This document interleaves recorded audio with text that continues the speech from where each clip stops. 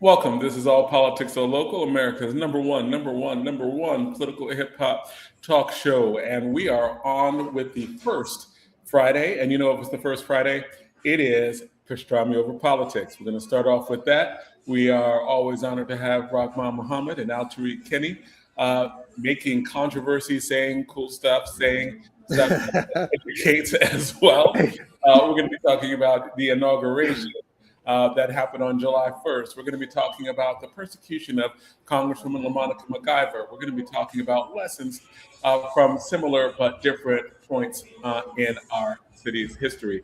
We're also going to throw in some conversation about Young Miami. Is it for the culture or nah? And we're going to throw in some other history of that, of Clive Davis and the Harvard report, because whenever we talk about music, we should talk about some of the whole story with it as well. So that's how we're starting off just the first hour. Second hour, we're gonna have Dr. Todd Stephen Burroughs on talking about Ta-Nehisi Coates and Kamala Harris and the Black radical tradition. It's a recent Ta-Nehisi Coates article that he's highlighting, and it really is about politics. It really is about our role as individuals and the different ways of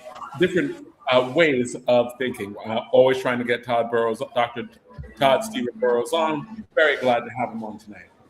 At 7:45, we're going to have Josie Gonsalves again on again this week of Public Square Amplified. She's going to be talking about cuts in public funding for journalism. We're also going to throw in the Powell Memo and the fight to maintain institutions. Public funding for journalism. We're also going to throw in the Powell Memo. NFL superstar Tahir Whitehead on, and he's going to be on with Marquis Lewis, and we're going to talk about his youth camp at the Tahir Whitehead Sports Complex on July 11th. And then, of course, at 8:45, we're going to throw in DJ Rhino and the state of hip hop, and hopefully we will see him there as well, because it's always great having him on. So that's the show's lineup for tonight. And we are starting off with Pastrami over politics. And, we've been doing this show for months now. And Alturrick and I have not had Pastrami on this show. And we have not stopped by. Yeah, well. I'm going to prioritize. Hopefully I will get it right. But or the next. Yeah, y'all supposed to be at the show, man. It's supposed to be here. The show right. Here. We're supposed to be at the deli, Big Rock Deli, for that first hour. I know that we've got to work that out. And we'll still have no pastrami, sir. Even if we were there, we still have no pastrami. Okay, so first of all, Alturrick, you can't tell no lies, right? Yeah, exactly. The pastrami's there. You know the pastrami's there. Exactly. Like I don't. He talking about getting just me giving it. He come in my deli all the time eating free food. Whatever happens, he do support though. He do support. Rahman, share the address again. Where can we go again? To Big Rock Deli where? 16 Overturning Boulevard, Newark, New Jersey. Let's go. Absolutely. Come by and support Big Rocks. I did notice he been posting clips. I did notice you've been posting clips of us, man. I'm like, you go on Facebook and you see these clips, you're like, whoa, wait a minute, did I say that? Well, yes, and they're very highly rated clips, I would say. Right? A lot of people are having comments on these various clips. So yes, there are. I think I got threatened on one of them. Did I get threatened? I don't know if you got threatened. I don't know if threatened is the word. Did someone threaten you? From the one you posted about what I said about the protesters, I think one of those crazy people made a little comment, but it don't matter. I'd have to check those. I don't do a good job of actually keeping. Yeah, no, it's not. I mean, it wasn't nothing that. Yeah, it wasn't nothing that was going to be. I don't feed these people. I just, I'm gonna still say what I stand by my comments. Oh, of course, right? And yes, they are some of the most highly rated clips, right? Like in terms of there were thousands of people who chime in, comment, and watch them. And Alturrick be sounding intelligent too. I was like, oh my, that last clip you posted with Al, I was like, he sounded a little intelligent there. Here's my intelligent look. Thank you. Well, you'd appreciate this because all the clips are done by AI, right? Like literally at the end of the program, StreamYard has this thing where it's like, do you want AI clips? And I'm like, I really don't have time to actually do clips. So I'm like, yeah, just give me some clips. And they pick your stuff out. Oh, okay. You're clippable. The AI says you are clippable. Well, let's make some more clips tonight, my brother. All right. You can start. So what's going on? Like, we had the inauguration on July 1st. What say you? I know you have a lot of comments and stuff to say. It is a new start for 4 years. It was a tough campaign.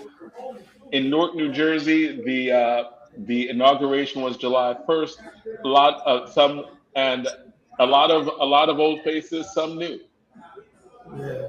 Oh yeah, I don't know how tough the campaign was. I gotta be honest with you, Jonathan. I mean, for the mayor especially, I think it was tough. I mean, I think it was disrespectful. I don't know about being tough. I think most people would say that what occurred as far as people being reelected was going to occur.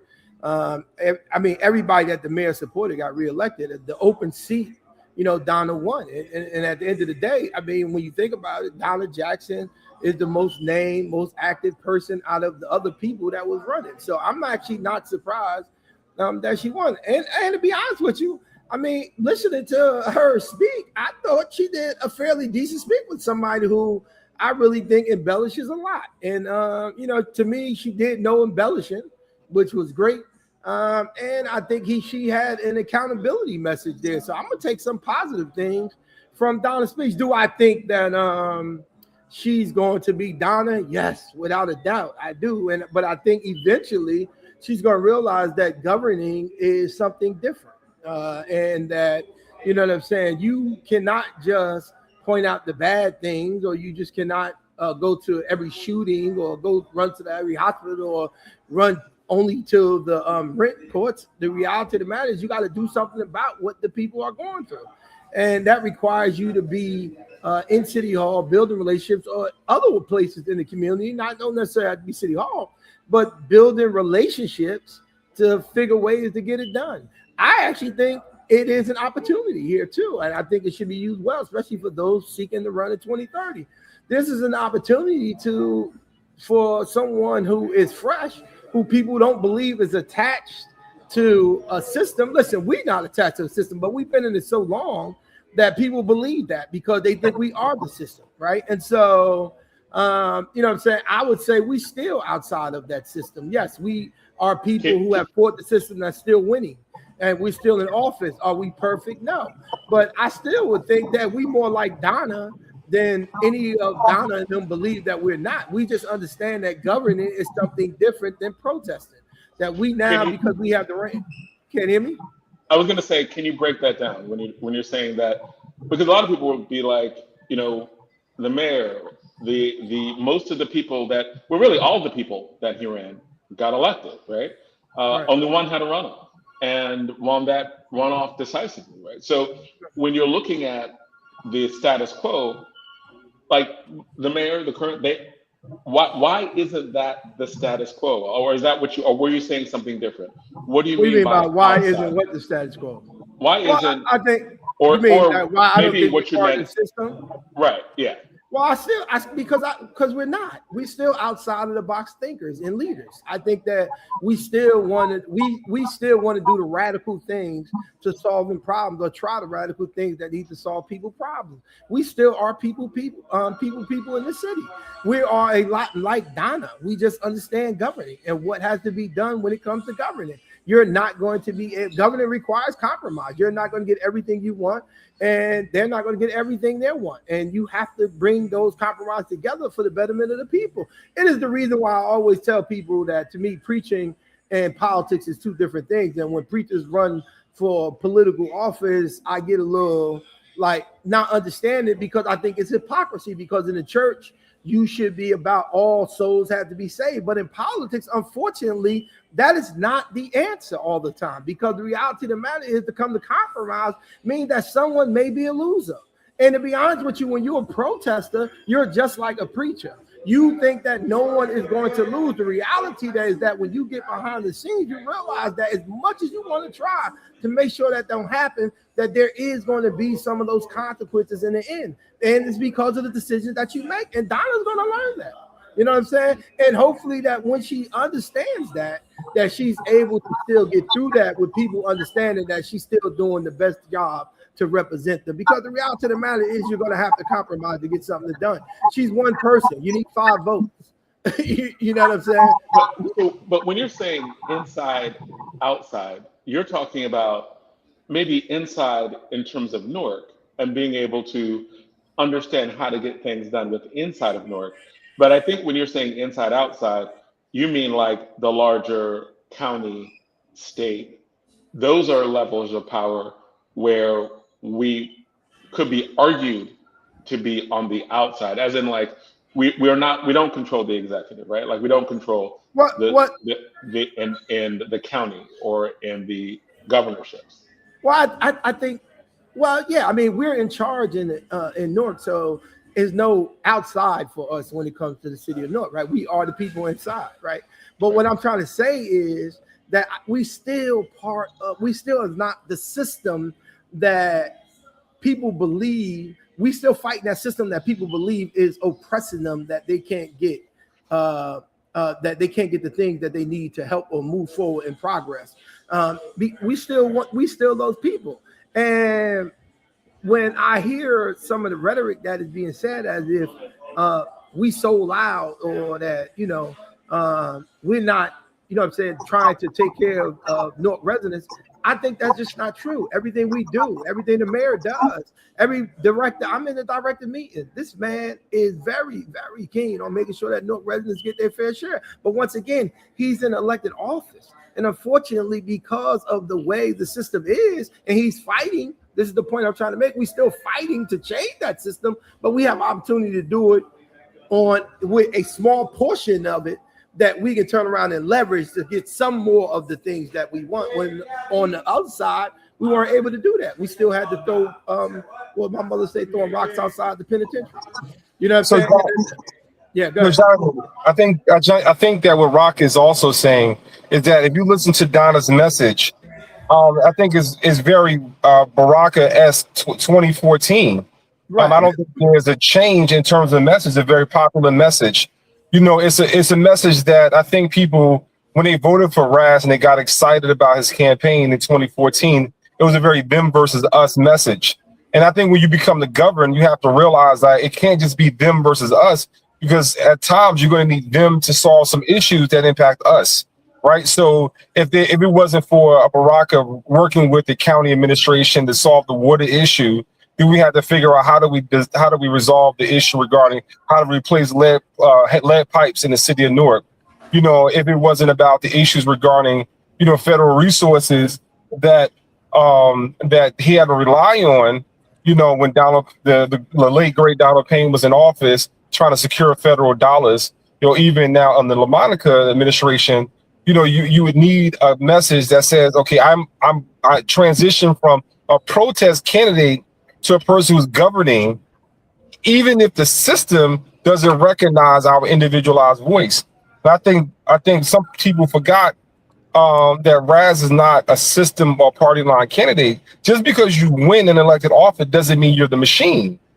And I think people have forgotten who Baraka and the organization that helped create a Baraka administration is. And I think Donna is, and I really appreciate her message. When she came on board, it was an accountability message. It's no different than saying, when I become mayor, you become mayor. To say, well, if you throw trash in the middle of the street, do not call the city of Newark first, clean up your own trash in front of your own house, because as one of the candidates said during the election, every piece of trash has a name on it, has attached to somebody, right? As a message about, producing for our children in terms of We have to be able to talk about academics from the standpoint of parents, our community, our family and friends are responsible for the education of our children, in addition to ensuring that the system is correct. I think that's the same message that Baraka talked about when he ran for mayor in 2014. And I think that when she said there's a new Newark, it's always been the same message. And where she talked about, well, when people from the outside of the city of Newark is no longer going to abuse the city of Newark residents and institutions that fund their situation, Barack has been doing the same thing since he came in office, but now she's going to amplify that message from the council seat. And I hope that message becomes a lot clearer that, and I think what Donna did, Donna and Raz, and the members of the municipal council showed is that we're a united front, in the municipal council, in the city of Newark, is that we're not, quote unquote, for sale, per se. And she's going to face some difficult challenges like every council member faces when they first become an elected official, that you have these ideas that you want to implement, but you need to count to 5. You have to work with the administration. You have to have some clear plans and some realistic expectations and timelines. You also have to hold yourself and the people that you're governing accountable for how the city is currently operating. And so to me, it's going to be a fun time in this administration because sometimes you need a little shakeup, but also you have to have a reminder that the message across the board, if you heard the message, is very similar. They're a very popular message. That if you look at Baraka's message, it's the same thing Donna has spoken, just from a different voice and a different angle. And also the last part is that people think that there's, we hired a public advocate. That's not what council members do.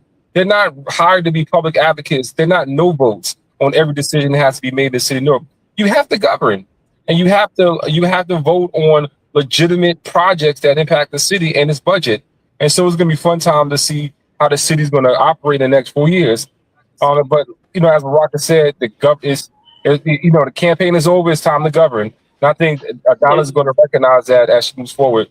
But let me before you go, I just want to give an example of what Tariq just said about what I mean when I'm talking about the system, right? So the system for what the fixing the pipes was that you could not use public money to fix a private homeowner's pipe. That was the system. But because the mayor was elected in office, he went and changed the system. He was able to leverage his position to change the system to allow for the city of Newark to now borrow money. So you have to understand there are taxpayers on the foot that's paying a loan for over $100 million to change other people's pipes that had lead in their water, that had lead pipes in their homes. He changed the system. The system, the normal system would have been what everybody else did. You know what I'm saying? That's not our responsibility. We're not going to borrow money to change your personal lead pipe because that's in your home. You have to change your pipe. He changed that. He changed that within the system to make sure he had the ability to now spend public money on private homeowners. That is the point that I'm trying to make, that when you are in position and you really fight for the people, he did that for the people. There are and at the end of the day, taxpayers in Newark, other taxpayers in Newark is helping to pay for what the mayor did with changing the homeowners who had lead pipes running to their house. That's a decision he made for everybody because he's fighting for the people. The message that him and Donna got is not different. The only difference is the mayor know he has to do it. He just can't point the finger of blame and say what somebody else is not doing. I think that, and this goes to really into that next, like, what are the things that are going to be worked on in the next 4 years? I think that the strength of the mayor is the stuff that was actually accomplished and done, like the way that he did it, whether it be through the men's meeting, through the Office of Violence Prevention. There were not just accomplishments, there were accomplishments that were attached to a particular ideology. And I think that in national politics, you get the ideological difference between the parties. You know what MAGA stands for, right? They're against DEI, they're against basically Black people, that they're against They're for a lot. Like you can tell where they're going to fall on certain issues. Democrats generally for healthcare. You know that they're going to be falling on certain issues. In local politics, we don't have it explicitly stated, as in this is the agenda of the Baracas, right, or the people who are supporting the mayor, or whatever the party is called. It's not like even though it's there. And just like you're talking about what happened with water, right? And making sure that you were able to get money to change use public money to change private lead lines. I do think there needs to be an explicit stating of ideology of what is this all about, right? Because it's consistent. It's consistent. And I think that if there was that particular type of ideology explicitly stated, I think a lot of the disinformation around that occurred in the campaign, I think it would be harder to do, because what he stands for would be just very, very clear to everyone, right? Like the Office of Violence Prevention is a signature accomplishment, but it's also a part of an ideology. What he did with water is a signature accomplishment, but it's also a part of like a bottom-up ideology. The men's meetings, those are accomplishments. That's definitely part of an ideology that could be a part of a platform that when you're dealing with issues of poverty in an urban environment, the ability to focus on men and being able to make money through entrepreneurial access has to be a part of it, right? Does this make sense in terms of what may be missing, right? Am I wrong in that the explicit, this is what we stand for? I get the policy accomplishments, but was it transformed into ideology in a way so that people could know that a lot of what Donna was saying is very similar to what Raz has been saying, and they are articulating very similar visions. Well, Chat, you want to go first? I know you want. Yeah, I think that So I'm gonna just briefly touch, because a few things came to mind. Because you have to have an ideology, then you have to have a policy in place to ensure that that ideology manifests itself. So the ideology is, how do we able to protect residents from losing their homes when private folks are selling their houses into a marketplace where people are buying the houses and then pricing those individuals out. And it was created a process where, first of all, we got to make sure that local residents, have this sort of coffee clutch conversation, men's meeting, they were having these conversations, with people, with directors leading those conversations, individuals who were able to buy property in the municipalities, and then able to tell local residents, listen, you can buy where you live. It started off with the Valentine's Day auction. It mushroomed into other opportunities where local residents are buying local residents are able to buy locally, but learn a process, and they can apply here in the city of Newark or apply anywhere they are. The second one is, how do we take formerly incarcerated people, give them a skill set, a job, and they get them back into the workforce? But also the same message with what Donna said is, if you make a mess in your city, how are you able to clean it up? Well, that's what the Office of Violence Prevention is. How you hire locally to tell people, hey, listen, I made a mess in terms of the personal decisions I made or the circumstances, that helped create the situation that I was born into. I want to make sure that next generation of young people are not in those experiences. And so, one, they got a skill set. They went to under Deputy Mayor Rahman Muhammad and found a legitimate skill set. Or they work with Newark Public Schools to make sure young people have pathways to go to and from school. So that the ideology had to manifest itself into an actual policy that was put in place. So I think the same thing that is happening. Let me back up a second. If you take Baraka's administration and put another label on it and say Mamdani on it, Mamdani, you would say this person is a leading progressive that we have to follow throughout the country. some of the things that this city is, like the city of New York is doing, has been done 12 years earlier. It's been worked on the last 12 years. And I think that what's happened in the city of Newark has become a national model for other cities throughout the country to follow. And so, I think that's going to happen. And that was on multiple things, right? Like the fact that what happened with water was put into Biden's infrastructure bill. So Absolutely. it went from a local policy to a national policy. And that was direct, like when the late Congressman Donald Payne was on, he told us explicitly about conversations he had with Nancy Pelosi to put what went on in Newark into the federal budget and how those conversations did change. And there was like, I think, $36 billion that was put in the federal budget in the infrastructure bill to provide public money to change privately owned lead-lined water lines. Absolutely. It saved me $14,000. Jonathan, can you repeat the question you was asking? Because I want to make sure that I heard the question that you were asking right. Because from what Al's saying and what I was thinking, I'm looking at two different responses. So what? It seems like there is not a named ideology. Like when Alturrick was talking about New York, people talk about democratic socialism, and that's a term that represents a particular ideology, and it's a shortcut. And people kind of know that if you are supporting, if you're in DSA, then there are certain policies that are going to be attached to it.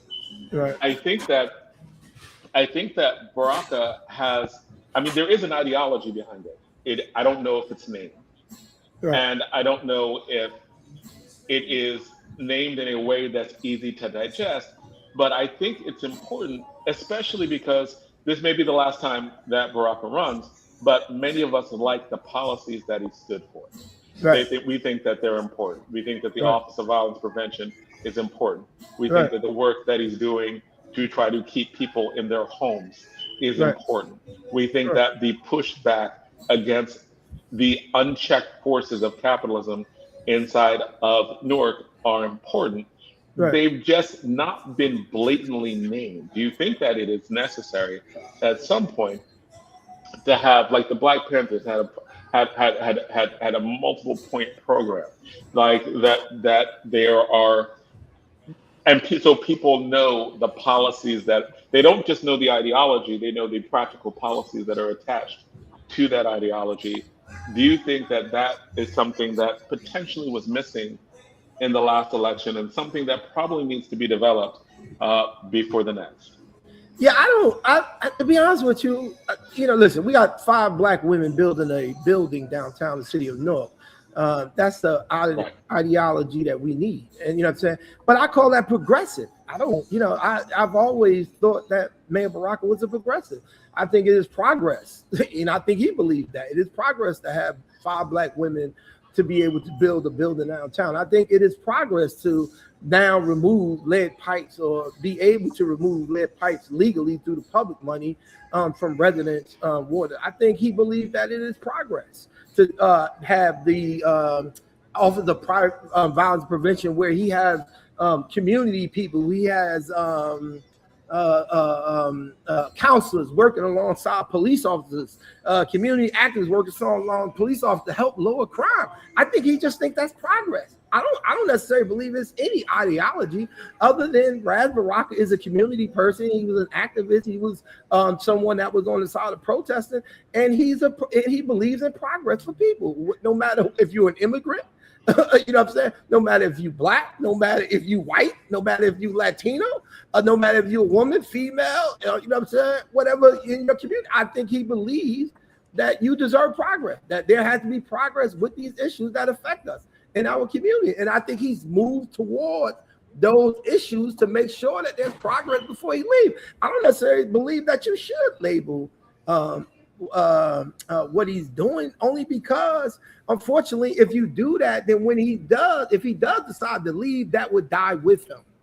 You know what I'm saying? And I don't want that. And the reality of them, I want people that come behind him to understand that what he was making progress. And I'm gonna say it again. I don't believe that is different than Donna Jackson ideology. You know what I'm saying? Donna Jackson just had the ability on the other side to come in and point out what is wrong. You know what I'm saying? But the mayor didn't disagree with her about what is wrong, by the way. You know what I'm saying? And but he also understands that it takes time and you have to continuously chip away to make those things better. That is what progress is about. So I don't think his ideology is anything other than that. And I think that those running in 2030 should make sure that they have it. I don't believe that you should label any ideology based on an individual, or rather, you know what I'm saying, that individual is going to be able to continue that we leave or not. We should continue progress when the mayor leaves. So Rahman, to support what you're saying, I think that it's a sensible politics that I think today has been termed as, progressive politics, right? Yeah. So one of the things that he talked about 12 years ago, and his father talked about years ago, is income diversity, right? How do we get more Black and brown people to have a greater portion of the wealth? Whether it's through vendor procurement, whether it's through purchasing, buying where you live. I mean, people call that a philosophy in terms of ensuring that, we diversify the income and wealth, right? How do we able to put more money in the pockets of people? Well, increasing the minimum wage. That was one of the big fights that happened. How do we protect the resources that currently exist in this municipality? Well, protect the water, provide housing, protect the land, right? And I think that has been wrapped itself into practical politics that happen at a local level. The other part of it is that housing is not housing is a need, and how do we ensure that we're able to provide affordable housing in the city? They talked about this in the inauguration, talked about leading up to the inauguration, identifying the AMI, addressing the AMI. It may not work for this municipality because it doesn't meet our issues regarding income, and the residents are directly impacted by that, right? And so I think today we label that as progressive politics or part of democratic socialism. But the reality is a sensible politics if you are listening to the constituents that you're governing. And I think it's easy to call it part of a DSA, but it's really sensible politics that people, if you've been working in a municipality where you're not a part of the income disparity, you're not a part of the income generation portion of the municipality. You say, well, listen, I live here. I want to be a part of the process. I want to be able to make those decisions on behalf of my children, but also the children yet unborn. And I think that that's what's happened in the city, and it's now been labeled as a progressive politics. But it's been, if you're listening to the people that you're governing, I think that's been happening for years. And I think that's what people vote. That's the reason why people got excited about this administration. And that's why they voted for him. I think part of what I'm talking about translates into what's going on with our Congresswoman LaMonica McIver. She believes in many of the same things, right? Like she has, in my opinion, her worldview is very similar, which is why she's being persecuted by the federal government. She believes in the way in which there have to be dignity for immigrants, and that she was going to fight for constitutional rights. I think that what she is doing is consistent with all that. And the only thing that I was saying in that last conversation is that at some point, I think because it's easy for people to get in positions, and we know that, again, with the congressman's position, what position she's in right now, part of it is because many of us, or many elected officials, when they had the chance, backed a particular judge who looked like us, but his ideology was different, right? Clearly, right? Like I think that, and again, I'm not speaking ill, I'm just, as an observation, his ideology is not consistent with Baraka's ideology, not consistent with LaMonica's, mine, yours, right? It didn't match the community. So we looked at someone who had a face like ours, and we promoted him to a position, and his decisions did not reflect that, which is why he ended up essentially siding with the Trump administration. And in my opinion, worsening allowing the Justice Department to deal in persecution over prosecution. Yeah. I think to some extent, knowing that people stand for something before we push them in a position isn't just important in that particular judge's case or any of the appointments that get made by politicians, but it's also going to translate into people who are running in 2030, right? Like what do they stand for? Is it they have to do more than look like us or say that they're progressive? There has to be something that's ideological that we can see. Well, I agree with you. I think that that's the reason why Donna won, right? I mean, when you look at, you say what you want, we can be upset because I'm upset about some things she said, especially about me. But the reality of the matter is, you know who you're getting, and people knew who they were getting, and they still voted for her.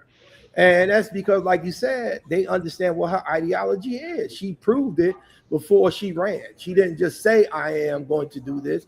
People already knew what she was doing. They said, that's acceptable to me.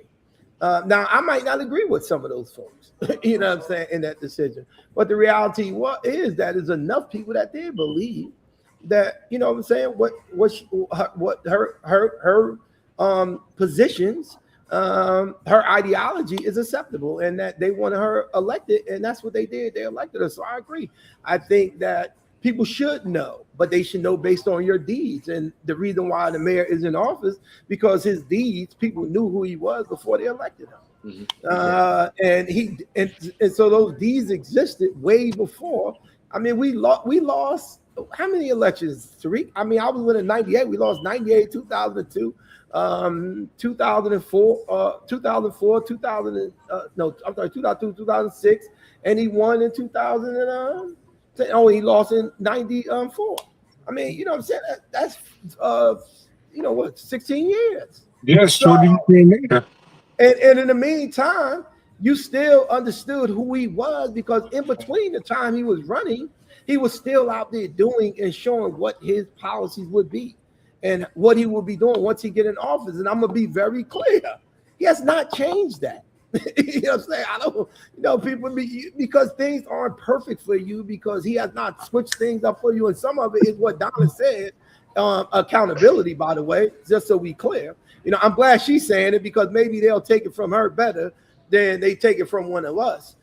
You know what I'm saying? Some of it is accountability to who you are and the things that you do for yourselves. You know what I'm saying? The government just can't do it all the time. And the deal is, I don't believe I would not be there if I thought for 1 minute that he changed the ideology that I liked in 1994 when he ran. You know what I'm saying? In 1994. Now, that don't mean that me and the mayor agree. Me and the mayor probably agree 95% of the time. But there's the 5% that me and don't agree with. But the reality is, I don't agree with, I don't know if I agree with my mama 95% of the time. So as long as you are on board, you know what I'm saying, with the things that I believe in, he's been on board, and I'm definitely for people. Listen, at the end of the day, I think that he should be there, and I think his ideology should stick around long after he leaves and decides to walk away from this office, because I think he's done a great job. And whoever picks up, and rather it's going to be a Donna sitting there or anybody else sitting there, I hope they continue on the progress that this man has made and believe in the things that he put forth. But John, I think you were talking about even locally, but also a nationwide, issue regarding the Democratic Party. And I'm gonna just take it from a different perspective. And I think part of it is that even what's happening in New York and what's happening throughout the country in terms of like the Democratic Party reshaping itself to form exactly how it's going to look going forward, which led to the current judge that was appointed, by the Biden administration. He was appointed by the Biden administration, not the Trump administration, the Biden administration. I think part of what's happening right now, the Democratic Party is reshaping itself, around policies that it typically would have taken on. But I also want to say there's a little pushback, that I kind of want to share, is that absolutism, right? And so, like, it seems like the Democrats, or the more vocal members of the Democratic Party, doesn't believe what Rahman expressed, 95 and 5. It's 100 or 0. And I think what happened was that a lot of people who are anti, they were saying, well, Biden is a warmonger. And so at Biden, if you have another 4 years of Biden or any a Biden acolyte, which was Kamala Harris, we're going to get more of what we got under the previous 4 years. So either they didn't vote or they supported the Trump administration, which now that we see, there is no LaMonica being arrested at Delaney Hall if there was no Trump being elected as president. And that includes because there would have been no Delaney Hall. I'm sorry? Because there would have been no Delaney Hall. Like there's no the idea exactly. of private There's no Delaney Hall. actually ratcheted up after Trump was reelected. Absolutely. Like the price of private prisons, the stock rose because the Justice Department previously had phased out private prisons or the use of private prisons on the federal level. And I think part of it is that, so like I know you and I, with myself, Rahman, and we were going back and forth regarding regarding the situation with the Hakeem Jeffries running for Congress here in New York. I mean, right now, when I say here, I'm actually in Harlem right now, enjoying a good evening, in the amazing city. But we were talking about like the people deciding whether Hakeem stays or leaves. And I thought that I would never vote against my personal interest because of one issue. It's bigger than the issues as to why Hakeem Jeffries ran for elected office. But Al, which way I think what the issue that I have with the Hakeem is what Jonathan said. I don't know what he stands for. You know what I'm saying? I know what he say he stands for, but I don't know that he stands for that because I don't see it. And so I listen, I support the change that has happened in the Democratic Party. It does need shaking up. I think for years that the listen, when I was in labor, I was very close to the National Party, you know what I'm saying, being a labor leader. And, I thought, listen, all my time spent there dealing with that politic, I've always expressed the desire to say that this has to change. There's too much complacency here. You know what I'm saying? That we've gotten comfortable in positions and seats, and we don't believe that we have to work hard for them. Because of that, we don't push hard enough. It's not that we wouldn't vote on the issues. It's that I don't think that we push far enough or hard enough to ensure that it happens. And so, listen, the whole Hakeem Jeffries thing to me isn't the fact that rather he should stay on there. I'm going to leave that up to the people the Congress people who's going to be elected. The point that I'm saying is I really don't know what he stands for. I know what he say he stands for. You know what I'm saying? But I don't really know that, and I think that is important that what Jonathan say, that we have somebody, you say what you want about these right-wing fanatics, but you know what they are. People voted for it, like Jonathan said, people knew Trump was going to put private prisons when they voted for him. You know what they were going to do with immigration when they voted for him. So you could criticize that, but the reality of the matter is at least you understood. People went to the polls consciously understanding that. I don't know what Hakeem Jeffries stands for. So it's not, up to me, because if they become the majority, it will be a Democrat that's elected. I don't want us to get caught. The point I'm trying to not get caught up in is say, oh, we definitely have to get it because he'll be the first black speaker. I'm not going with that this time. I think I want to make sure that whoever the speaker is, whatever color they are, because I didn't, whatever color they are, that they doing the job that's necessary. So here's the balance, Rahman, here's a balance that I think that we have the challenge, right? And you're a person that understands politics. Seniority in Congress matters, right? Yeah. And so we can say, well, we want to change a senior leadership in Congress, but you also lose the importance of appointments, seats, and controlling the finances of government.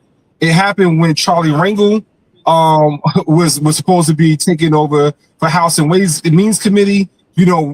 Many people felt outside of what happened, to censor him, then remove him, from that elected office, you lose a seat. And so the bigger point I'm saying is that that you can actually challenge your elected officials. You can actually help them arrive at a different opinion. But I think right now, this absolutism that's happening in the Democratic Party, or more people are more comfortable in the Democratic Party to talk about fellow Democrats, but forget who their actual opponent is, who actually does not care whether you're socialist or a moderate. They just don't want a Democrat to be in that particular seats. They're expanding Republican seats all throughout the country. And you see people fighting against each other amongst Democrats saying, well, if you take X amount of money, right? Or you have a position that has yet to evolve, that we're going to completely remove you, and we're going to go from a senior level position to a junior level position and start all over and try to work our ways into those senior level opportunities. And that's kind of what I'm seeing throughout the country, is that we're having Democrats challenging one another, but they're unwilling to go to Republican spaces and offer the same critique and the same vocalism and the same direct energy amongst people who actually supported Donald Trump and his MAGA policies. I think that there's a difference between the primaries and the general. I think in the primaries, if somebody wants to primary Jeffries, go at it, right? Get the support, get the votes. That's where you communicate and try to shape your party.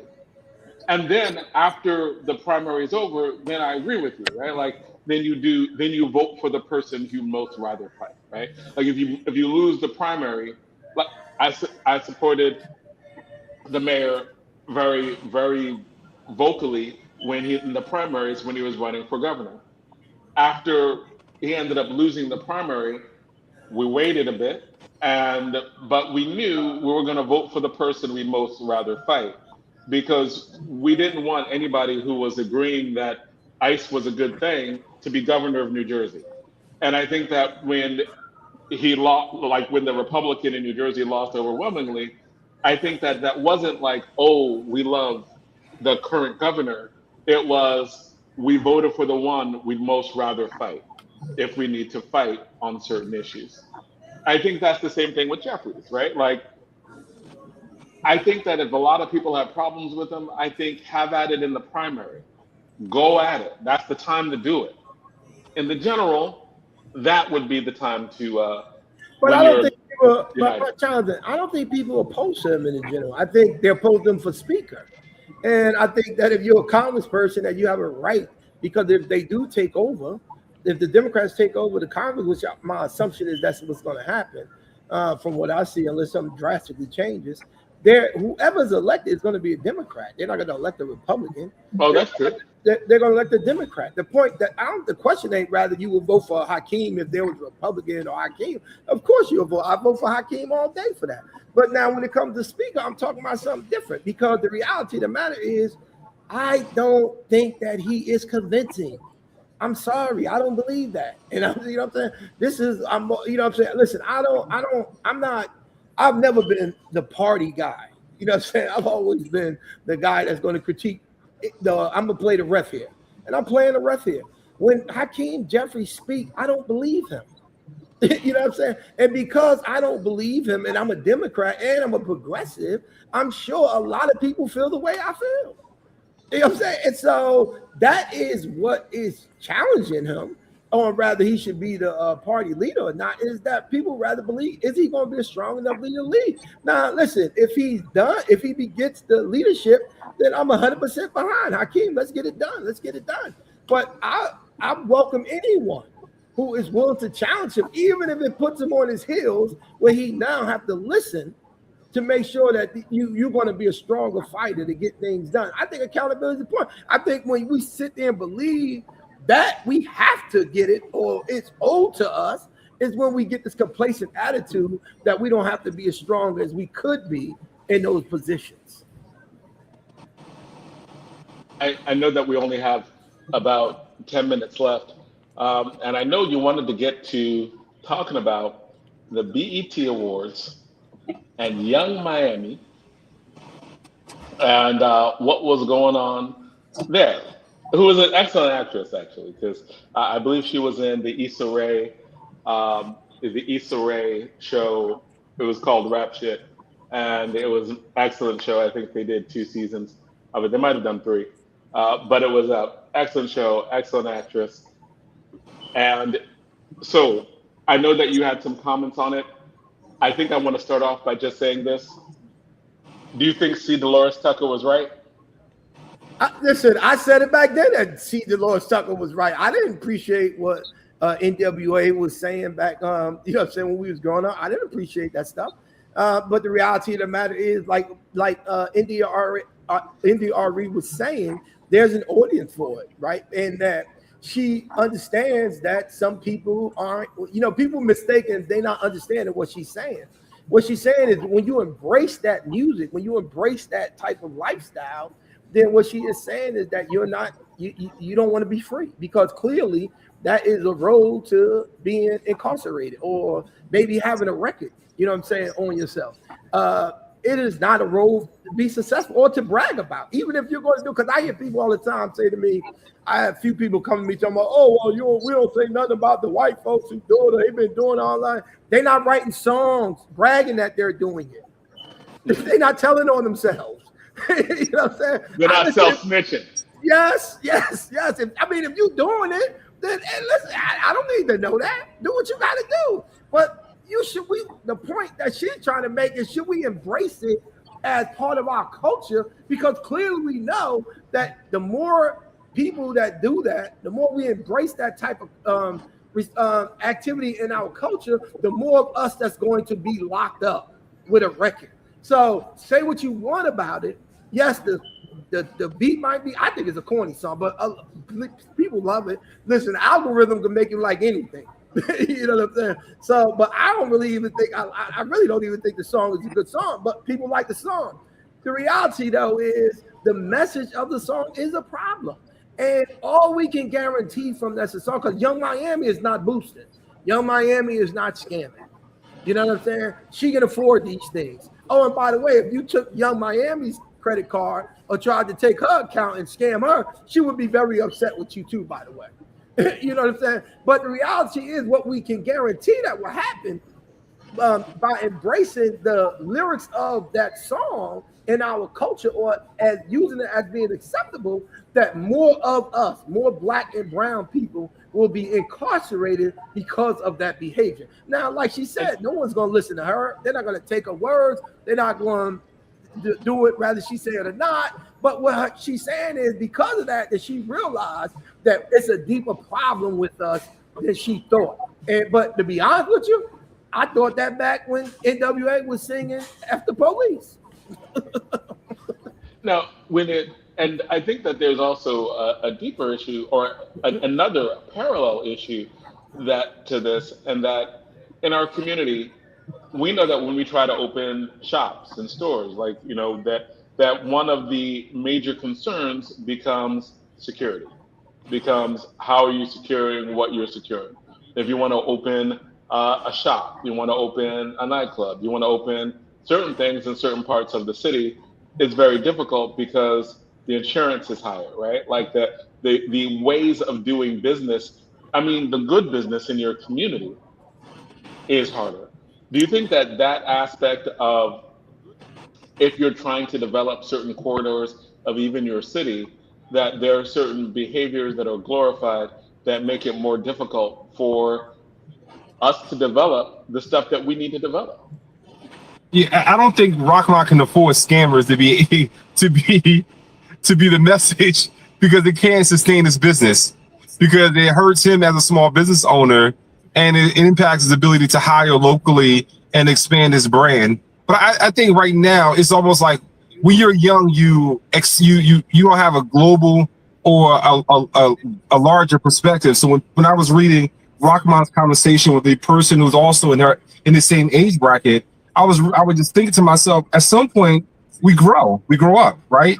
And when I was 20, in fact, the matter is, when I was young, I used to look outside the window of Camden Middle, and I used to see people steal cars and make donuts in the parking lot, right? In the playground. I ran to the window, it was exciting. But in hindsight, it was dangerous and people get killed. And so I would never say, well, because I can't critique it, I didn't critique it when I was 14 years old, doesn't mean I can't be critical of it at 40 something years old. It's a ridiculous conversation. We grow, we're in a different phase of our life. And when you become older, you give wisdom to a younger audience that they may not understand the global perspective of what they see in front of them. And I think people misunderstand India Arie's message and her journey. She's always been counterculture and been about music that has went to fulfill the soul of the people who listen to it. But the other part of it is that just because I don't like the artwork that you put out there doesn't mean I hate the artist. And I think you have to stop getting into this personality defense and this personality attack. People artists put out artwork, right? That artwork can be murals, that artwork can be music, it can be whatever. And me as a person who watches or listens to the art, I have an opportunity to offer criticism or celebration. And I think what happens with this generation, sometimes I become offended if I say, you know what, I like you, but I just don't like the work that you do. And they get offended by it. And I think that we have to be able to become more diverse in our conversation to appreciate that that just because I don't like your artwork doesn't mean I don't like you as an artist. And it's not called hating someone. That means that what you're saying, I just don't either understand, I don't agree, or maybe the message may not be something that we should promote because it could be exploitive as well. I think one thing to add to the conversation, I put on the title for this particular section, I put Clive Davis and the Harvard Report, because I think that when we're talking about music and we talk about art, and we should really keep those things in mind, as in Black people were making a lot of money off of Black music in the 50s and 60s, and Clive Davis was like, how can I get some of that? Had his friends at Harvard Business School come up with a report, and part of the report goes back to what we were talking about before, as in you have a Black face who may become a judge, right? But doesn't reflect your ideology.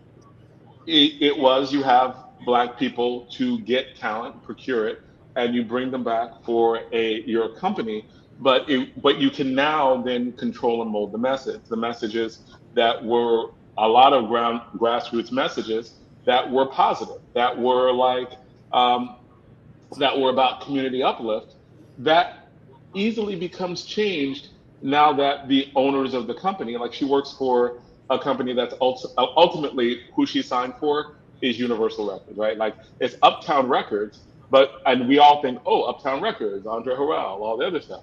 But they're owned by another group that's owned by more like basically white billionaires who put out this music, who are okay with it. So it's not something, so I think that we should always keep in mind that even though she looks like us, even though the art is not supposed to represent us, it's not made, it doesn't necessarily come from our community. These are things that are being pushed on us as well.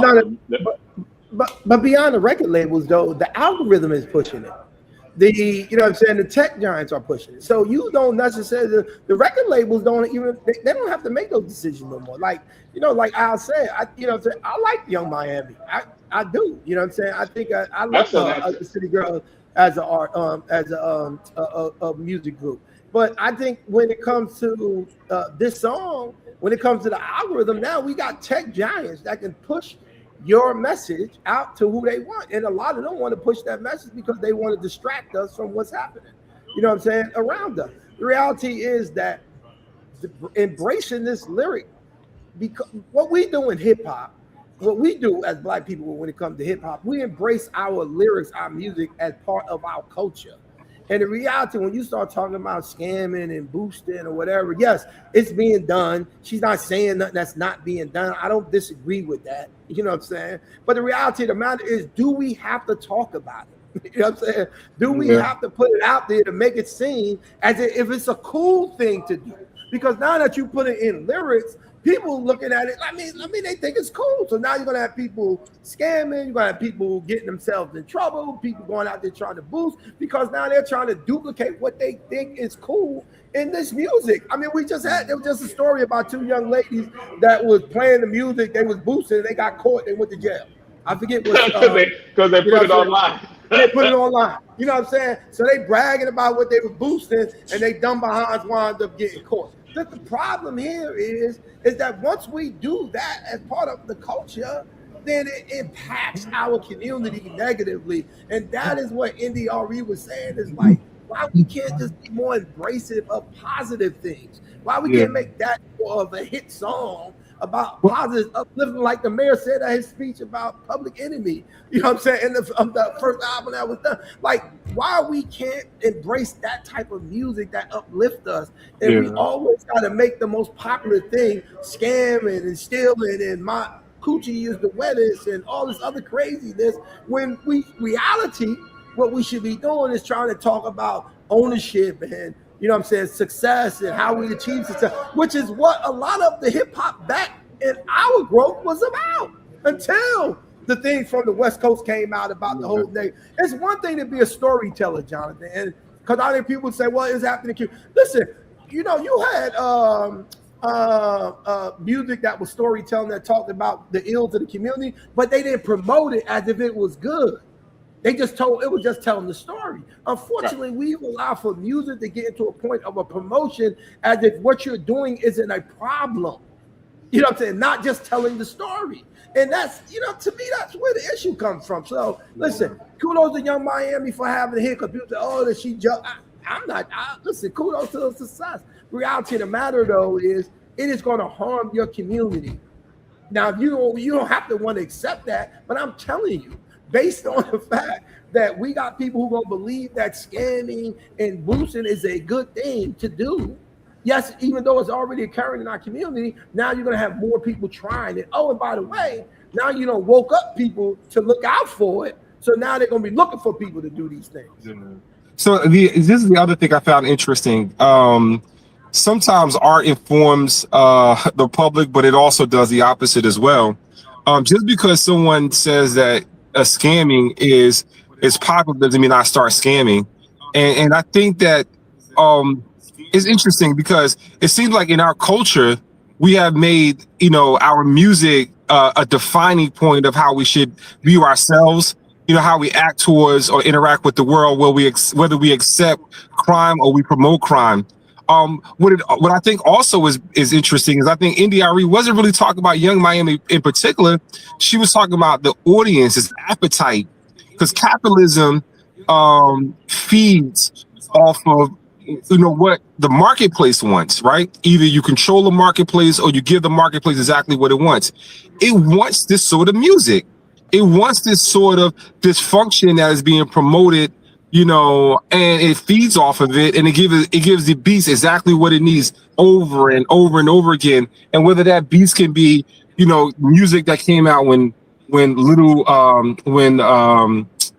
Foxy Brown and you know, a lot of the sisters that was putting music out, a lot of brothers that was putting music out, you know, when they were beginning of hip hop music or predates hip hop music, it just feeds the beast. And I think part of it is that the music is reflecting on what we want, what we, like Rahman is saying, what we accept, and the other part of it informs the public about what we are allowing our folks to do and promote. But I think the other part is that it's music at the end of the day, and if we can tell young people or tell our people, at the end of the day, it's just like watching Al Pacino in The Godfather. It's just like watching Al Pacino didn't play Cuban in Carlito's Way, or then Al Pacino playing, you know, a white detective in Heat. It's all fiction. It ain't real, you know, and it's not harmful, and it should just be used for entertainment purposes. And it's none of that stuff is informative about how you should actually live your life.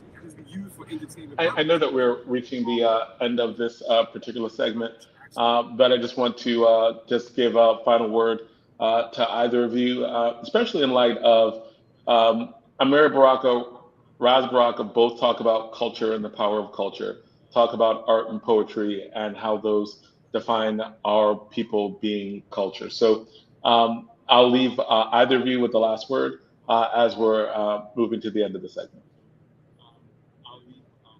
Al, you want to go first? Al, what are you, quiet? He froze?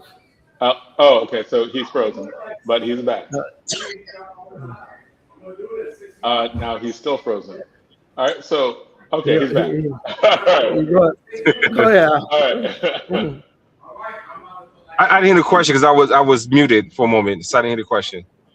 Oh, it was really just the power of culture to define. We saw, I mean, Amiri Baraka wrote about this, Raz Baraka talks about all the time, the power of culture to define reality, our reality. And I think that's what a lot of people are talking about, especially in light of we're going through a second Reconstruction. So it seems to be a lot more intense now. In light of that, do you have any like final words as we close out this segment? I think Zay put up there which was a great point. I forgot to mention it about the power of culture and the Black arts movement that happened in the Right. 70s and how it revolutionized and excited people to take ownership of their community. So art can be very powerful in the hands of those who can use it to express their power. It can be very dangerous for those who don't have power and suppress people, as Rahman has expressed during this conversation that's currently being used at this moment. I think we have to use art, and I think our artists should find new challenges rather than a commerce challenge, to figure out how can we talk about ourselves in a different way than what's currently popularized throughout the mediums that we currently listen to. And I think the other part of it is that us as consumers, we also have to buy, support, and celebrate music that recognize our greatness, that politically inform us, but also give us strategies out of difficult situations.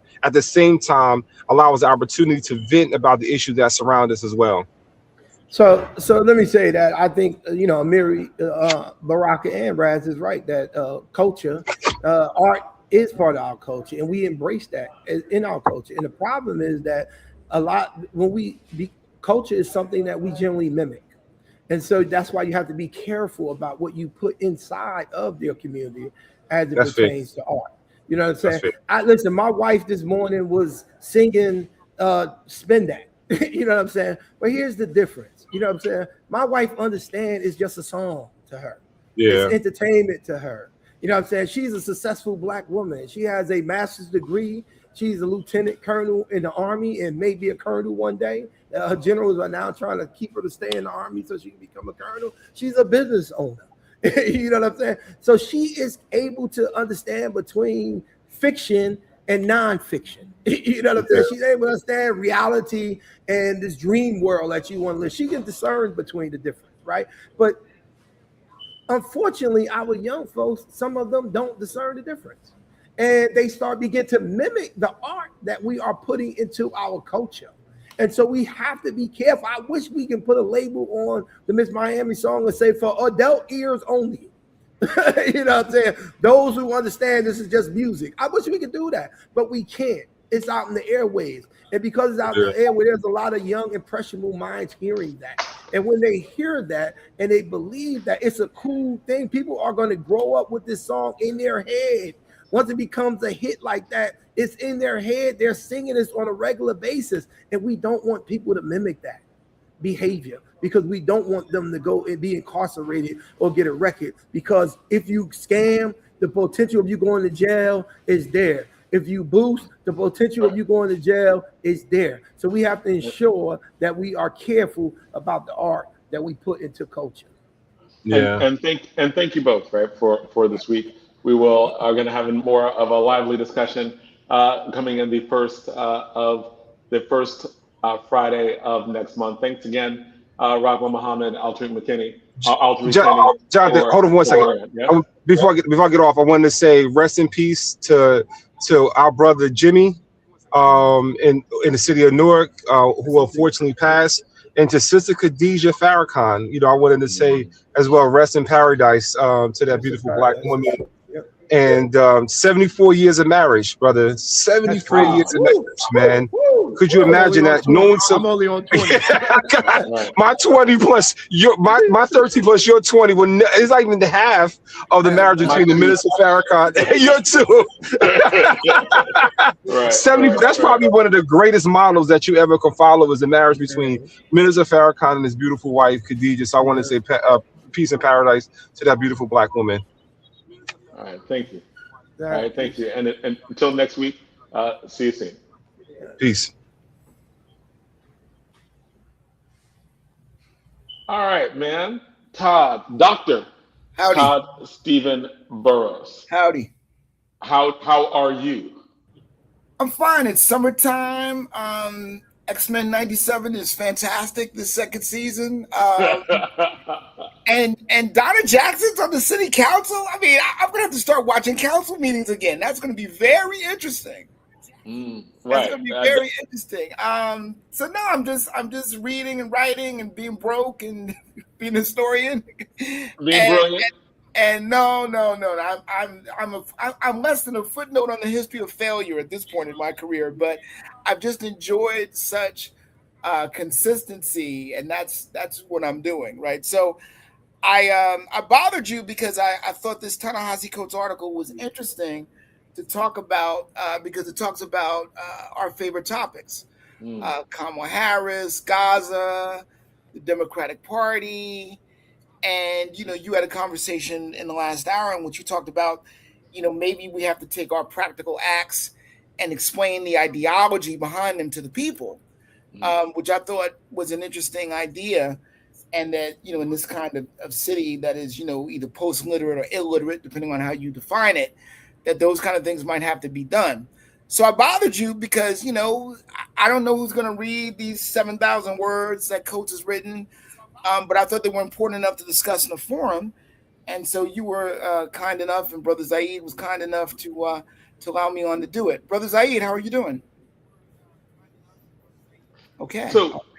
So can you break down that Ta-Nehisi Coates recently wrote an article in Vanity Fair that talked about whether Gaza was the reason why Kamala Harris lost the election, and I've been saying that.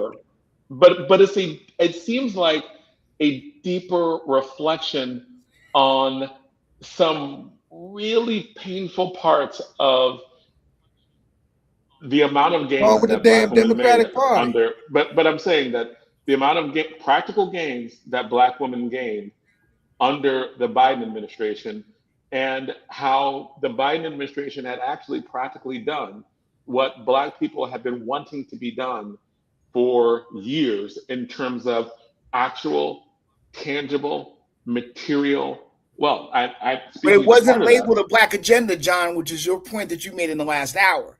Imagine if those things had been. Imagine there had been a press conference, and it would have said, "Biden has implemented the Black agenda, and here it is." But we didn't have that, which goes to and nobody would know that, right? Like, right, so that goes to your point, right?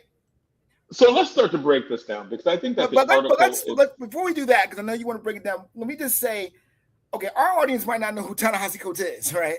Right. Please, I'm about to go in.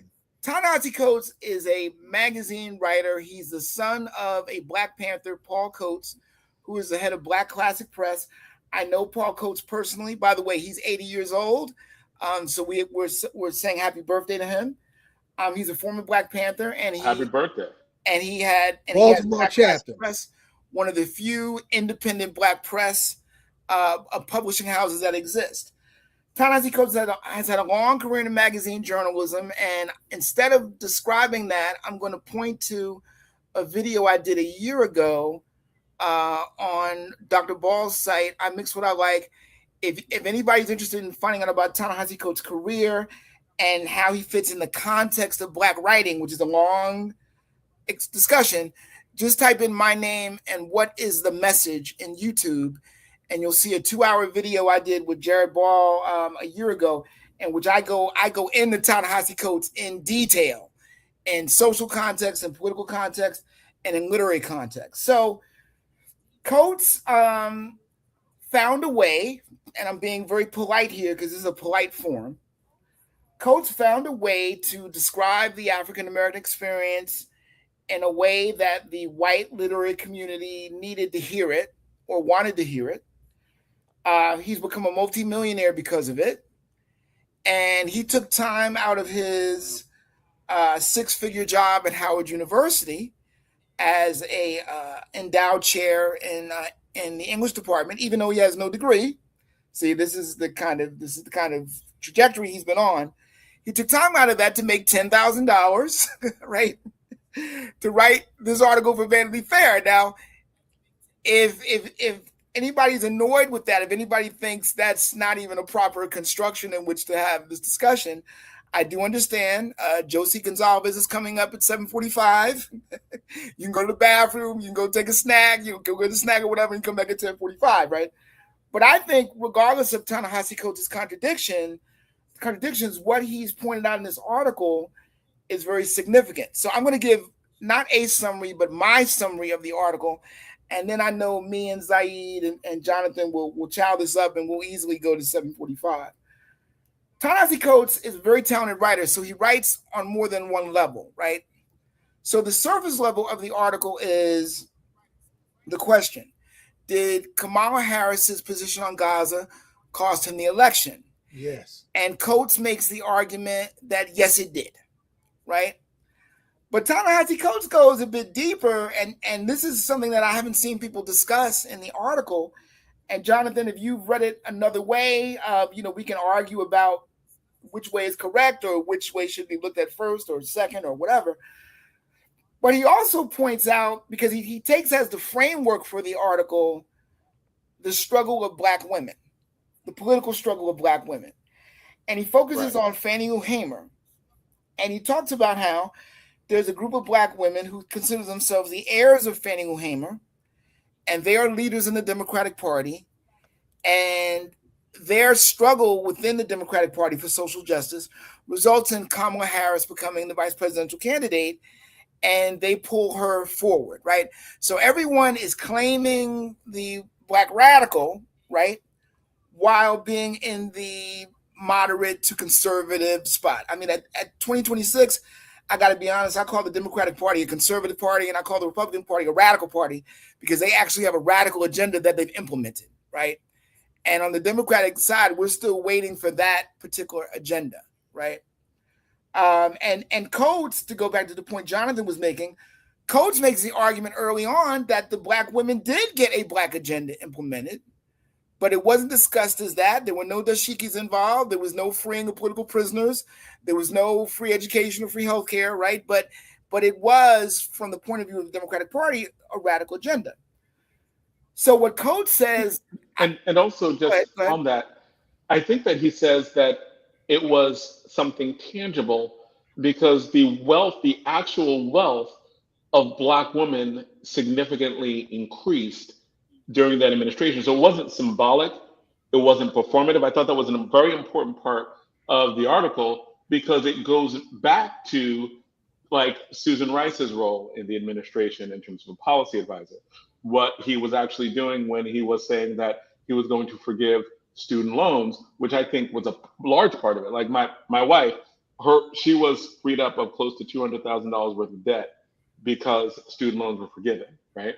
And across my feed, I saw Black woman after Black woman after Black woman talking about $100,000, taking pictures of their $100,000 debt that went up in smoke, right? Like, so these are things that were devised to help specifically the demographic of Black women economically, and those things actually did show up tangibly as a result. And Coates says that, but then, and this is where I know Zaid would be interested, but he then goes into the price of that ticket. And he goes into a whole history. Zaid, this is a major white elite magazine. I've never seen a writer go 3,000 words into the story of the American Empire before in a major white magazine. He does. He goes straight into America as an empire, America's on white supremacy, theft of land, blah, blah, blah. And then he says, so the price of the ticket, the price of getting entry into America, the price of getting entry to having that agenda passed is ignoring Gaza. Now, in my more snarky, radical edge, which again, you can see on the I Mix What I Like video, I talk about how what writers have to do to get accepted by these major publications and all that. And it's very clear they have to ignore some things. And Ta-Nehisi Coates talks about how he had to ignore some things to be a writer, and he had to make some compromises with himself and write about how he had a crush on Condoleezza Rice and this kind of crazy stuff that you get to be accepted by these people.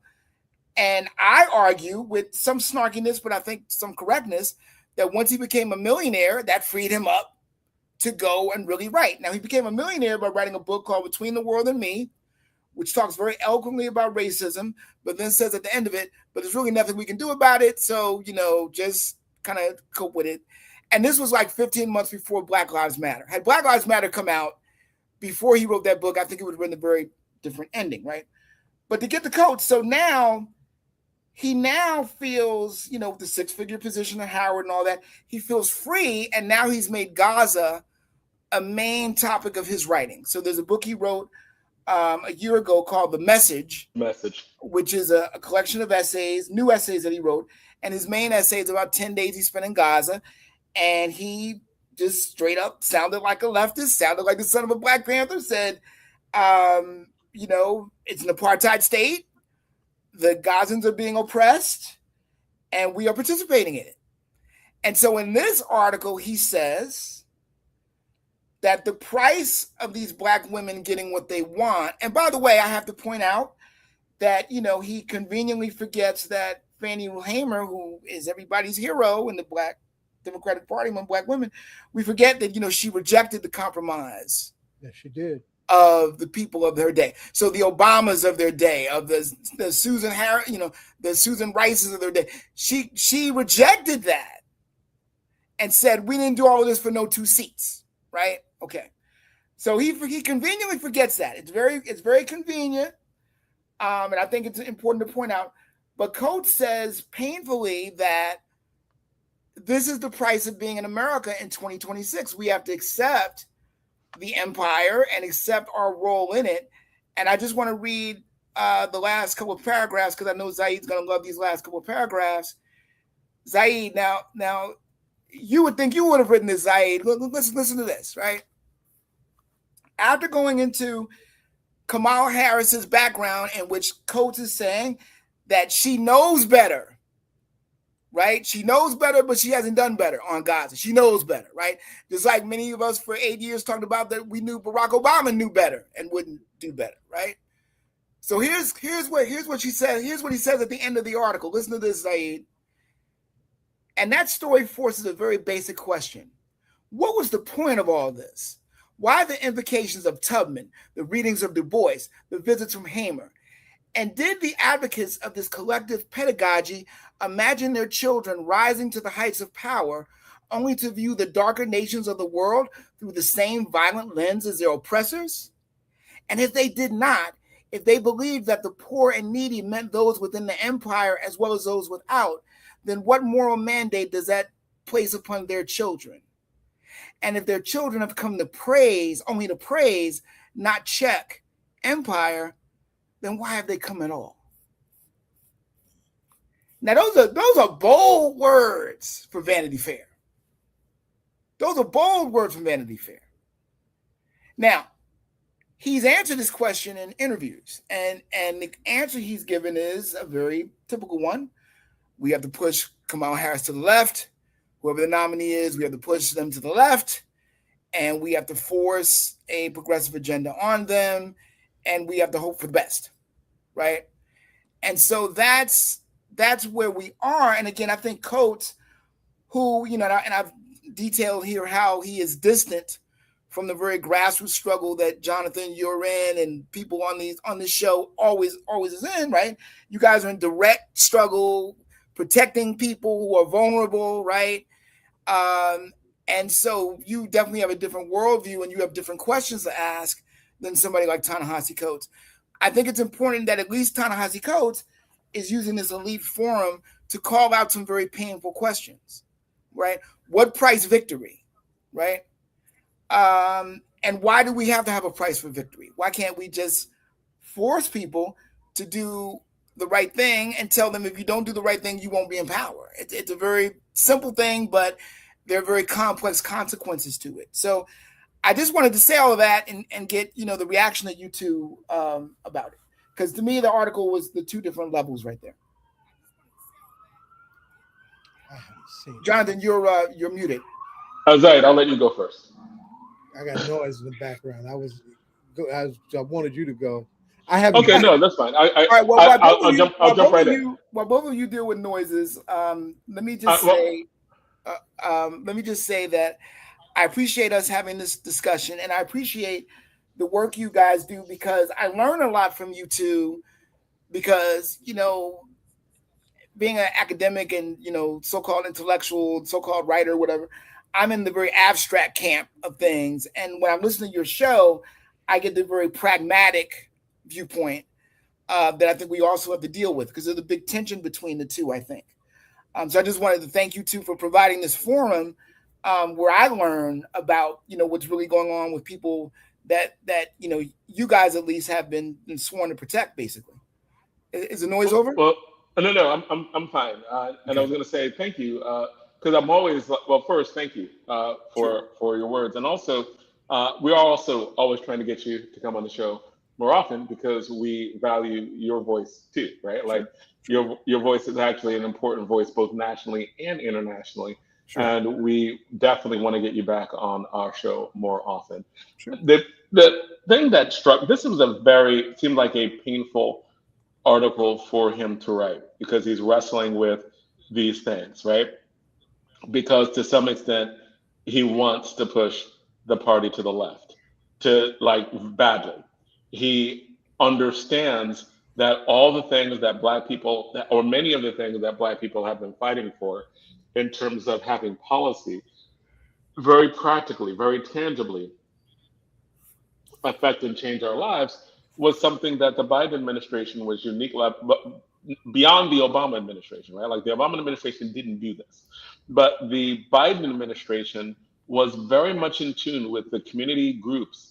And we had many different community activists on over the years, and they would talk about being represented, like the ICC in Newark was represented on the presidential level and were able to influence presidential policy. We look at what happened in Newark in terms of with the water crisis and using public funds to actually get to private individuals, how our congressman was able to talk to Nancy Pelosi and put that as part of Biden's bill. So those were practical things that went into people's pockets that did that. We look at the real tangible wealth creation. And I think that's the thing that the Coates article gets into. And there were a lot of really smart people who were looking at different ways to put wealth into the Black community. And according to the Coates article, actually succeeded. And we have the anecdote. He was talking about the empirics of it. We also have the anecdotal part of it, where we look at the different people who had their student loans forgiven and what $200,000 in debt forgiveness looks like, especially when the people being forgiven are disproportionately Black women, right? And at the same time, you have what was probably the biggest fumble in American politics, definitely by any Black politician, right? And that was being too scared to speak the truth that they already knew. I know, right? Like, I don't know, but I sense that Harris is looking at the wins in New York. She is looking at how unpopular Israel is right now. She is looking at, because I know the Obama administration hated Netanyahu, hated him, right? Like, that's documented. Like, that cold. He went and actually tried to Netanyahu campaigned against Obama, spoke in Congress against him. No love lost by anyone in the Obama administration for Netanyahu. Harris personally did not like him. She would hint at it in interviews, right? Like, it was seething under the surface. But how can you not have a Palestinian speak at the convention? Like, to unpack the amount of chains that Black people perceived they had that they did not have. Because had that convention changed, like, they weren't, the people who are pushing a Palestinian cause in the Democratic Party were not asking for much. They were like, let us speak. You don't have to promise anything. You don't have to say anything. You don't have to do, you just need to let us speak at the convention and we'll let you choose. And when you couldn't choose a sitting congresswoman, the tent of the Democratic Party is so big, but it can't include an elected member of Congress. Like, how much do you have to spit on someone's face before you get them not to vote for you? Because you knew in Michigan, people were waiting to vote for something, right? Like, it was almost tangible. But when she did that, you're like, why? Because you don't even believe it. So the people talking about being wedded to billionaires and like, if you're a Democrat running against a fascist, you can't, and your brand is I'm for law and order, you can't not enforce what the Secretary of State is supposed to do by federal law, right? Like, if you know that they're going to be using these bombs to kill innocent people, federal law says you can't give it to them. You could have been law and order and been like, hey, we know that this is the way that's going on right now, because by that time, the evidence was there that mass murder had been committed, right? Like, whether you call it genocide or not, you know mass murder had been committed, and most of those people that were killed were kids and civilians. Like, you knew that. And to have that and to have it so constrained that you can't even have a Palestinian speak means that, and I think that the reason why it was many people were turned off, but I think they were turned off because now you're off brand. Now I know I can't trust Trump, but I really can't trust you either.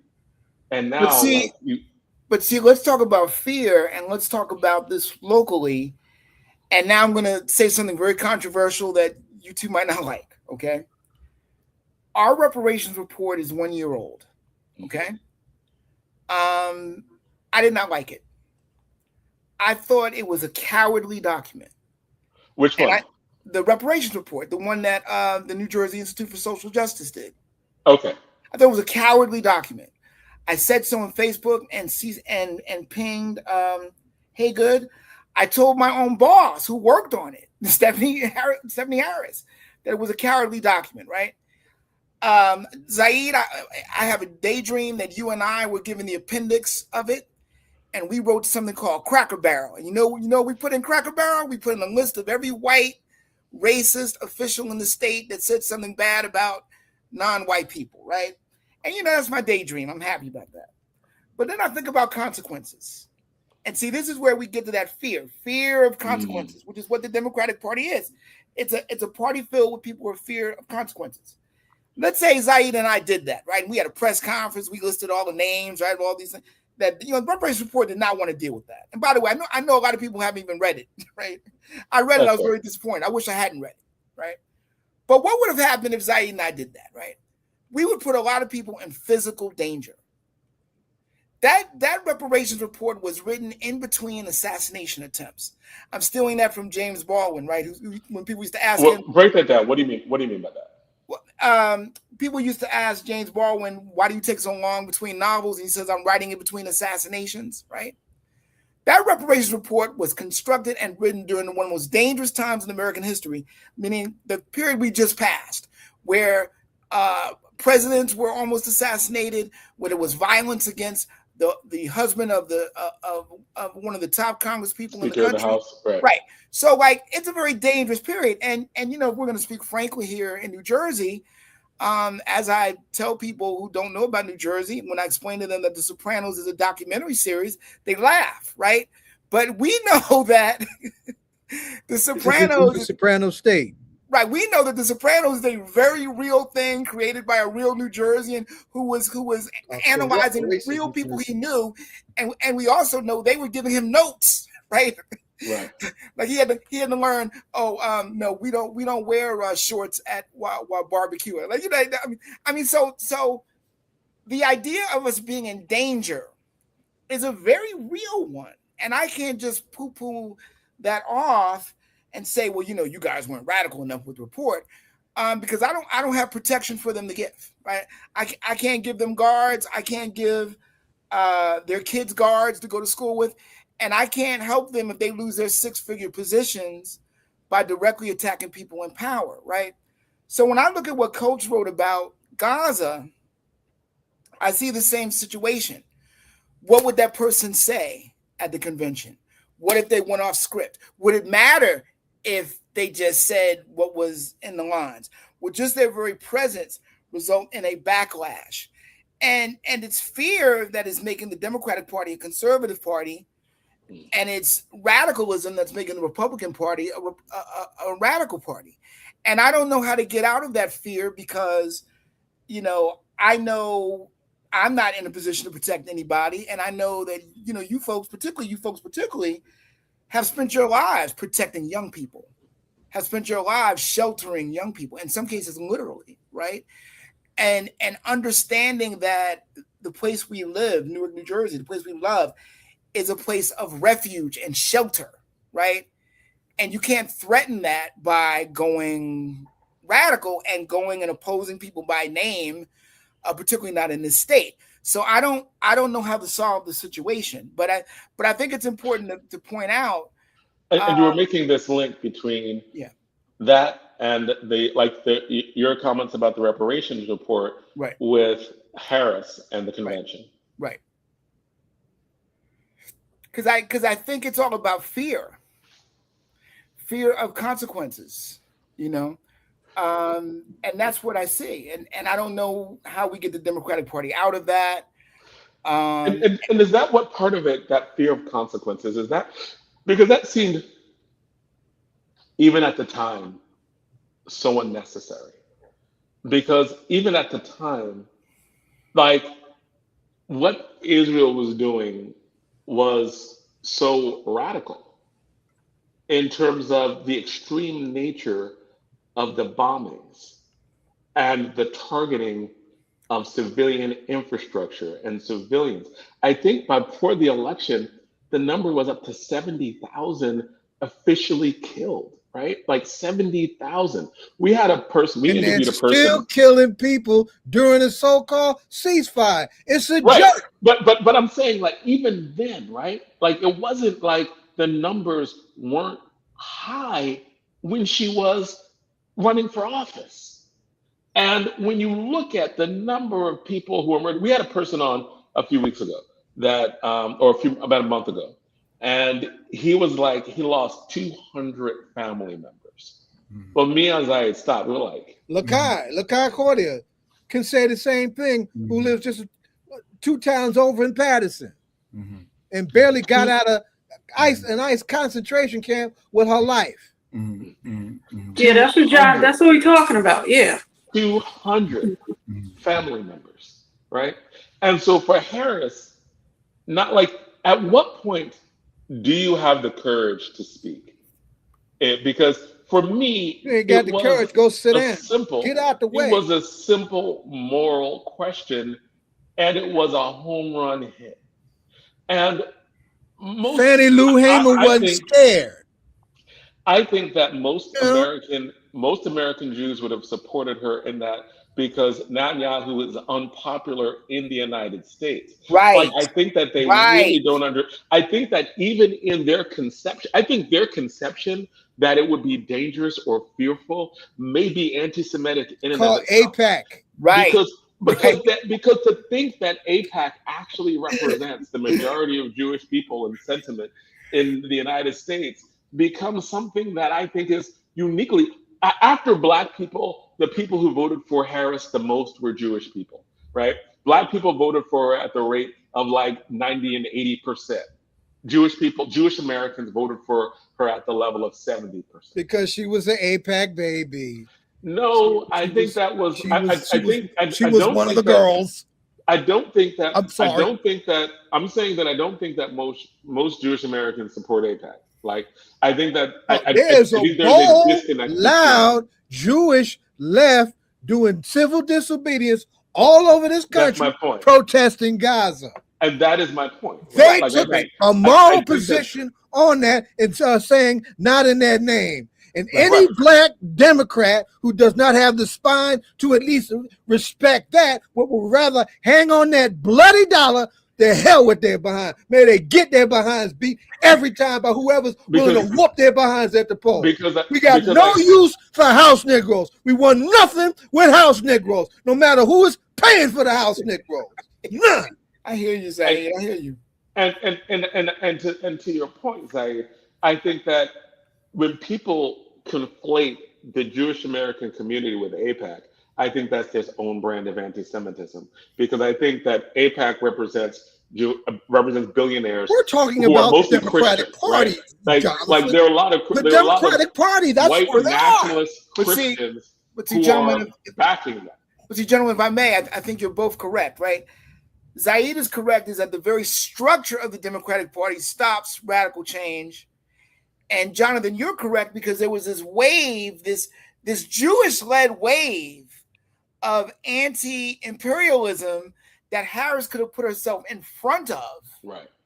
And then she would have at least done better, if not won. Hi, Josie. She bit the apple. Hey, and she liked it. How's it going? And she kept eating it. Right. And she paid a price for it.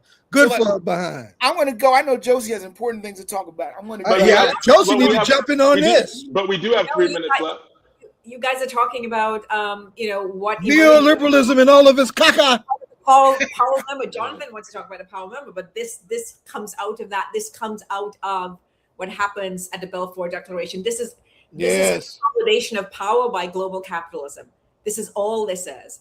And to manipulate identity politics is part of the strategy of global capitalists. Doesn't matter who it is. And as we segue to Josie's segment, but before we segue to it, I just want to talk about because we didn't fully finish the Coates thing, and I know Todd came here just to talk about Coates. No, I'm done. I want people to read the Coates. Ta-Nehisi's article set off what Todd wanted to talk about. I'm done, and to answer the hip hop question, I'm always surprised at how Luther Vandross's "Never Too Much" is really a hip hop song. Okay, listen to that song. He's rapping. It sure is. He's rapping. He's not calling it rapping. He's rapping in tune, right? This is a heartbreaking, beautiful song. But he's rapping. Sister says, "Is your cap a throwback to Beanie and Cecil?" I hate to say it, but Beanie and Cecil is a bit before my time. I was thinking more of Poindexter and Felix the Cat, the old cartoon in the 60s and 70s. But I've wanted this beanie. I've wanted a beanie like this with a propeller my entire life, and so I'm completely in love with it and love to appear on YouTube with it. Okay, so guys, before Todd goes, I think Todd should come back, and I think we really want to talk about you can stay. Black women as a tool that was used to manipulate a certain conversation around that's the unfortunate. No, but that's what the Coates article is about. The Coates article is about exactly that. Yeah, absolutely. And the Coates article is about the betrayal that the Black women leadership did of the Black community and of people like Fannie Lou Hamer. And that's what Coates says. That's why, like I said, this is a wild article to be in Vanity Fair and to get paid $10,000 to do. And I'm sure it's offended some people in the political class. So I just wanted to put it on the radar of you guys, because I know you guys like discussing this stuff. But no, I'm not taking away from Josie. Josie's got to talk about the Black but this doesn't funding and all that. I'm going to go. This doesn't begin with Harris. Let's go back to. It goes back to the early days of the CBC. Exactly. Let's go back. That's what split the 72 convention. Yes, exactly. The Palestinian question. Yes, it keeps going back. We see it. It shows up. Yeah, it will not die. Thank you guys. Don't leave. I'm gonna let Josie roll. Thank you guys. I love Todd. He started a good one. I wasn't gonna say nothing all night. I was trying to stay behind the scenes. I got to come out banging now. I may be the only person on the platform right now who's not like an avid Coates reader, even as someone who is interested in the critique of it all. Well, listen, I've never, I will tell you that I'm sorry. I haven't. Yeah. I'm surprised. I want to know what made Vanity Fair take it. Right? I mean, the same Vanity Fair almost put Mumia in the ground. Well, right? I mean, Vanity Fair ain't no friend of the Democratic Party. I think what Todd might have said to that is that Coates did a good job of making people feel comfortable in the first part of his career with like My President is Black, with a lot of the essays that he wrote were very friendly to the Democratic establishment. Yeah, it was and they made people feel really comfortable. And it's And once he made and so he said once he made his money, then he dropped the thing on reparations. No, even the reparations thing, right? Like it was great, right? But it wasn't until he became a millionaire that he actually wrote The Message. And The Message is one of the ones where he went to Gaza, and that's the one that really started getting him more ostracized, right? But by ostracized, I mean targeted. But by that time, AIPAC isn't just in the Democratic Party. The whole question of the Zionist establishment in American media also needs to be dealt with. But it was interesting that Coates didn't come to any sort of realization of what was happening in the occupied territories of Palestine until he visited. Now that is, I think, a shocking sort of revelation. And I don't know if that's he says this not once, not twice, but he says this when he writes that the last book where he talks about his travels to Gaza, right? And so he says that he didn't. And so it's how do you not, for someone that we consider learned, how is it that you couldn't sort of recognize just a slaughter of not just of Palestine, but our humanity globally, our humanity? That it was, I think it was, for me, it was shocking to hear him reveal that. And he continues to sort of talk about, and I come to this realization because of my visit. And then people, because I think that go on. Because I think there's a difference between. And Jonathan, I know everybody's getting emergency alerts now because around where I'm at. 80 miles an hour winds, take shelter in a sturdy building away from windows and doors in a minute. Yeah. Wow. So just everybody be careful. Yep, that's it. No, that's ain't nothing but the whirlwind, baby. Ain't nothing but the whirlwind. Chickens coming like on 80 miles an hour winds. Right. Wow. All these gluttonous oil barons and all these monsters made this heat and these storms smoke they behind.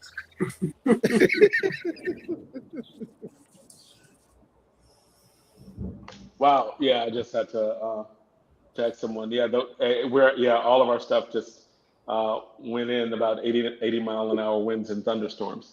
So everyone be careful out there. If you are in New York, New Jersey, tri-state area, apparently weather is going to get real funky real fast. Fast. What's not in the forecast like this. So be careful, be safe. Yeah, it wasn't. Like climate is sort of the should be our number one, number two, and number three sort of issue that should be. I know we haven't talked about that. We probably need to talk about climate, at some point. But Jonathan, you were about to say? Yeah, I think that this also segues into what we're talking about in terms of institutions. Part of the reason why Coates said that he didn't fully get it until he actually went there is because there's been representation in media, et cetera. Like there are good guys and bad guys. If you're getting mostly mainstream media, and yes, that there's issues in there are issues, right? Like there's stuff with Israel and Palestine in that situation, but you have to actually do a deep dive. You have to know about the situation and do a deep dive into it. If you're just taking in, because people read about a lot of things. They're not just experts in everything. They read a lot of different things, a lot of different stuff. And it really wasn't until really the last few years that I even recognized what was going on to the extent that it was going on. And because the Netanyahu Once regime you did, is right, but it's also because the Netanyahu regime is more bluntly unapologetic and nakedly ruthless compared white to any supremacist other. settler colonialism on Right, steroids.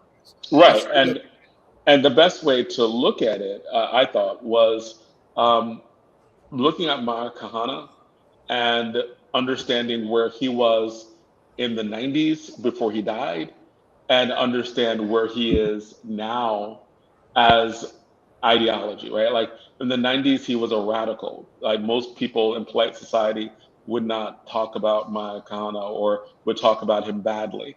He was not the standard bearer for Israeli politics. Now he's pretty much like the standard bearer for Israeli politics in his ideology, right? Like he's long since passed away, but his ideology really lived and grew and represents so much of the ideology behind what is, or at least in terms of my understanding of it, right?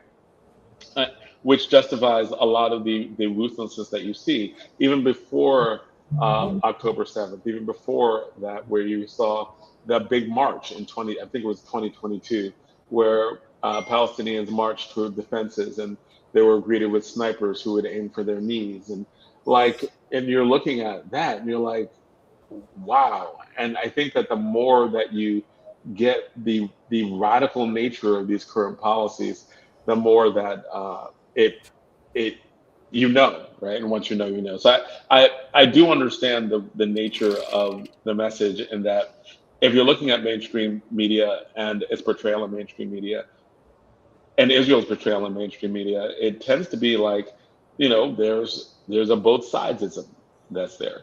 There's this terrorism question, and do they have a ally in peace, and that kind of stuff. And when you start to look more deeply into the human rights question, as was apparent especially in later years in the Netanyahu administration, and definitely in the war in Gaza, that just made it so that you can no longer ignore it. 70,000 people killed in a few months is crazy. Having people lose 200 family members is crazy. If you don't think that it fits the specific legalistic definition of genocide based on this definition, whatever, it's clearly mass murder. Like mass murder of innocence has been committed. And whatever you want to call the mass murder of innocence, you can call the mass murder of innocence. But we know that's been happening, right? This really, I was going to segue to you, Josie, in terms of it really highlights the importance of having independent media and independent press, people, and having a voice. And I don't want to. I want you to sort of continue on that sort of opening of this segment. We had an editor from NPR, from NJPBS, a news anchor who joined us as editor, and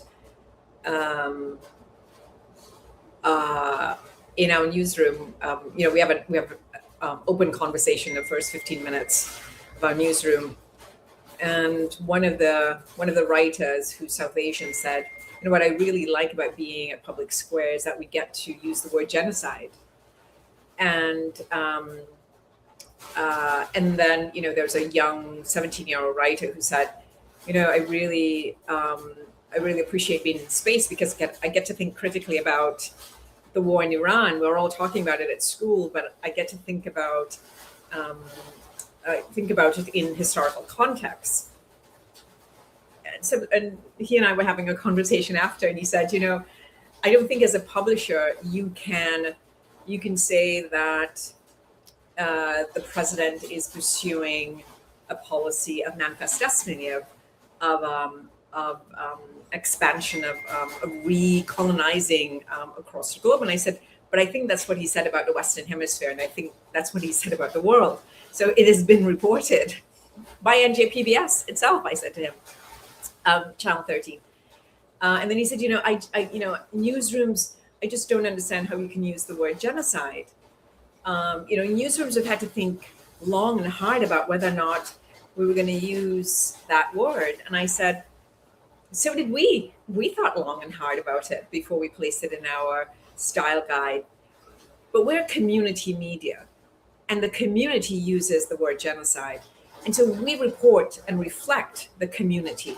That's what community media does. Right on, Josie, right on. And so this is someone who is from NPR. This is someone who's a news anchor on PBS before the weekend show was closed off, and then he was terminated, and he was volunteering as an editor.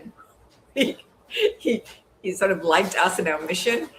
And then after that, his response was, I have a problem. I may have a problem with your mission. And I said, well, then this is not the right place for you, because we're a community media.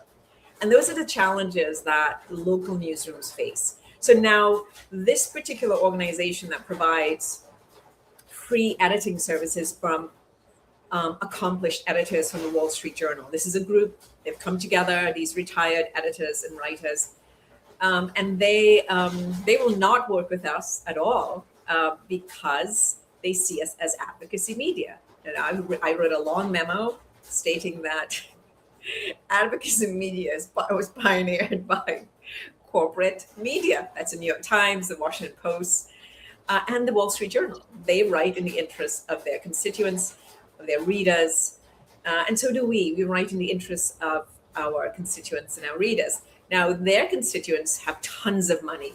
Our constituents do not. So they're community people. So that's a challenge that we face, that is something real for us, that this organization works with other local media organizations and other writers, but will not work with us. In fact, they walked away from three writers. Two were South Asians. One was doing a story on Julia Wright and her book of poems. The other one was doing a piece on climate change and the impact of federal cuts on local activists. And the other one, sort of a high schooler, was doing a piece working with sort of interviewing a high schooler about the war in Iran, an Iranian student, and just walked away, just dropped them without any grace or respect or regard for them. That's what it looks like to build a Black press without money. Yeah. And it's interesting because it seems like I think that when they say that you're advocacy media, and then you should say is the reason why you think that you're objective only because you're not reflective? Because they're not clearly objective, right? They're just not self-aware of that lack of objectivity. Mm-hmm. And if they're not going to use the term genocide, then what do they call it? Mm-hmm. Yeah. And what standard, and by what standard, and would there be a standard ever if they would call it, what was the number that you'd have to have for it to be genocide? At what number do you have? Right now, it's like there are certain percentages of the Palestinian population that are gone. Mm-hmm. Like percentages of the population that are gone. Mm-hmm. Like percentages of buildings, infrastructure, gone. At what point is it genocide? If you have to have intent. Or is the genocide scholar who says it's genocide, where is he wrong? Where is his argument flawed? Oh, the numerous scholars. Yes. Yeah. Right. Yep, So I think that they should not be allowed to simply say you're advocacy media without having to defend the criteria of their objectivity. By what criteria are you objective? And if you are so-called objective, then how do you deal with these questions?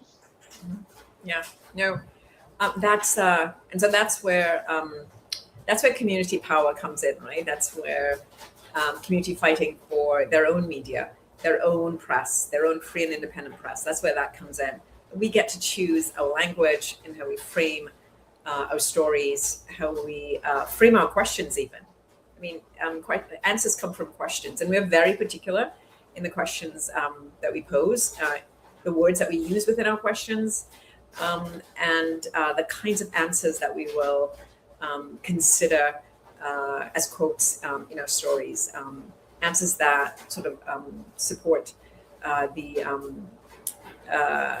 the right to community to define itself with power, and the right of the community to carve pathways to wrestling with and leveraging their power, to government, to corporate institutions. It's why we often cover activists and what activists are doing on particular issues. And so whenever we get a fellowship, we often look at the impact of public policy on activists, so we can get somebody to do some real digging, some real investigation on how community activists are responding to a variety of ways. I mean, right now we're looking for a writer to look at Medicaid cuts and what that will do across the board for vulnerable populations across New Jersey, and the cutting of hospitals, etc. So, I mean, that's a huge piece that affects our community, that affects communities across New Jersey. So.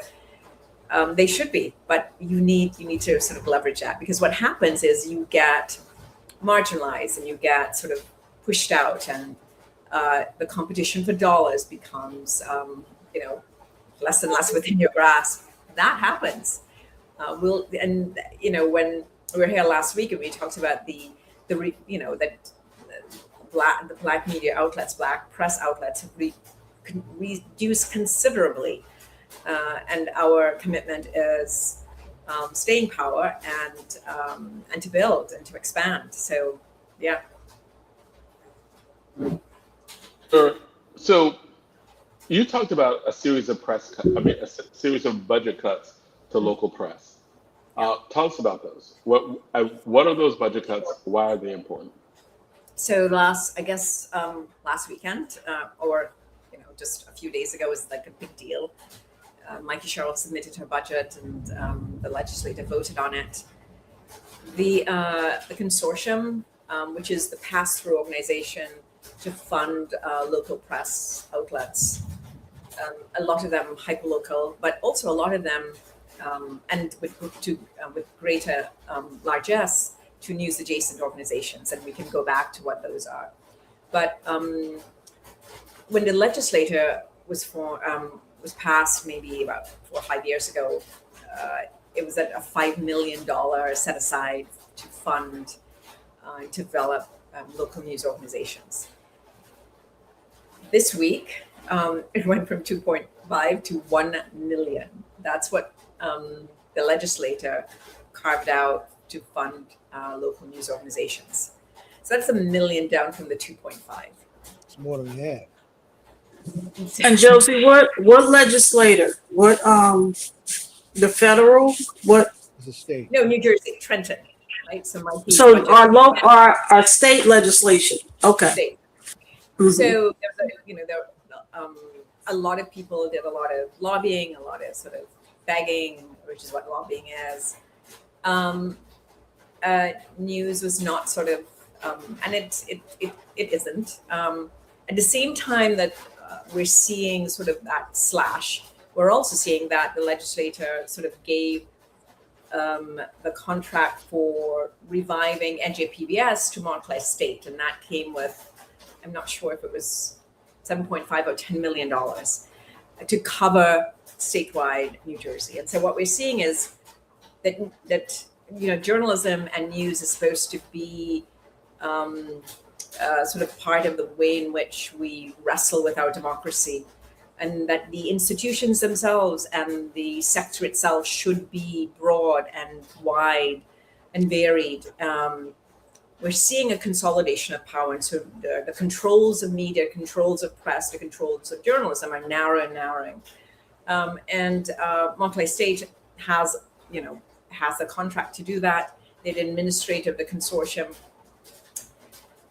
So, we expect, me and my fellow Black publishers, we expect that our budgets would be slashed considerably. Where will that leave us? We're not sure.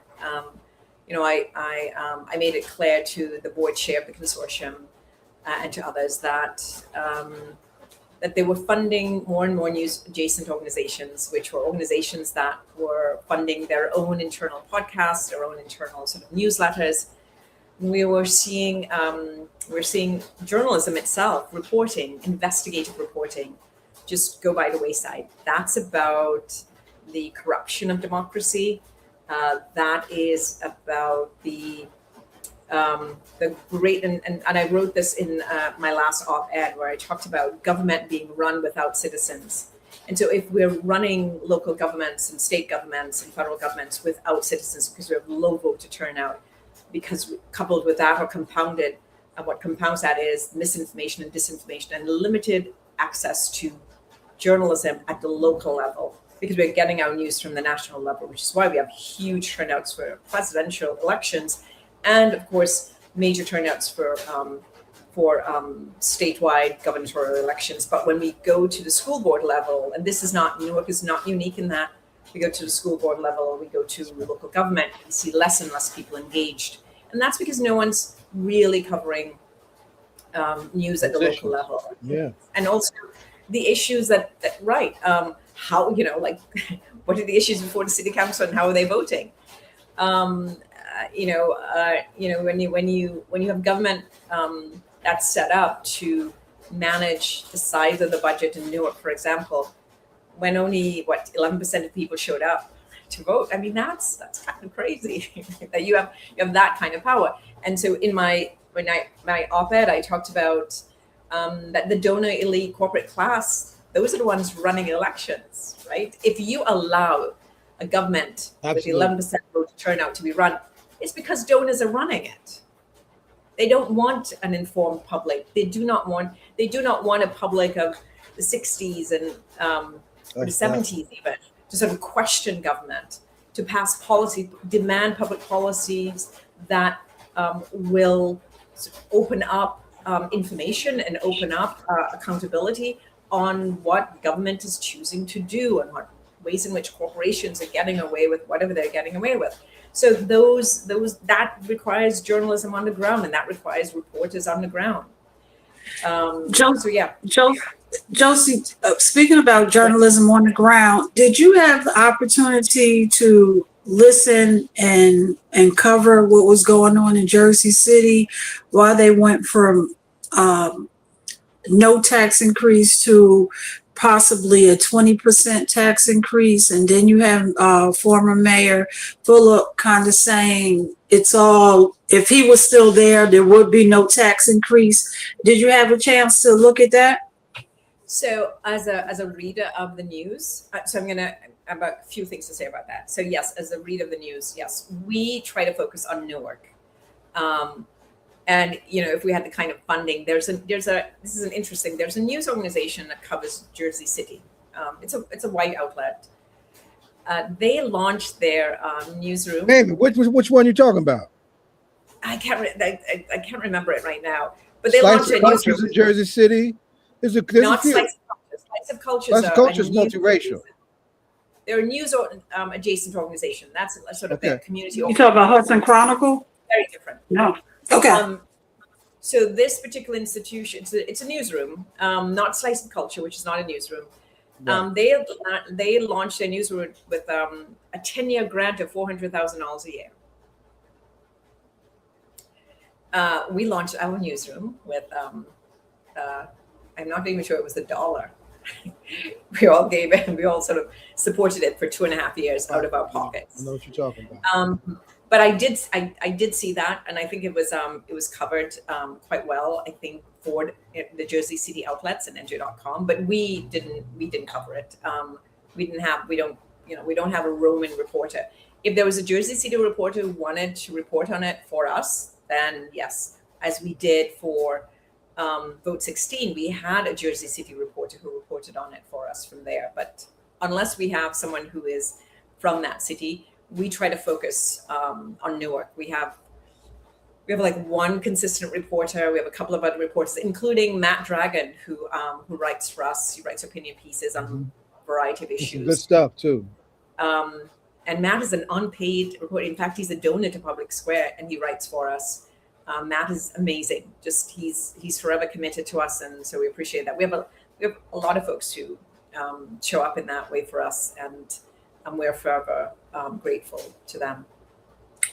And yeah, like speaking of when you say news adjacent, it makes me think of Chasing New Jersey, who started, I guess, with a phone and a thought. I don't know, and then it developed into something you would see on TV, and I guess until he decided to run for governor, and it just totally went away. But that was interesting how they had a whole format that they kind of did with their iPhone, and it was just news all over New Jersey. But you don't see him anymore, especially after he ran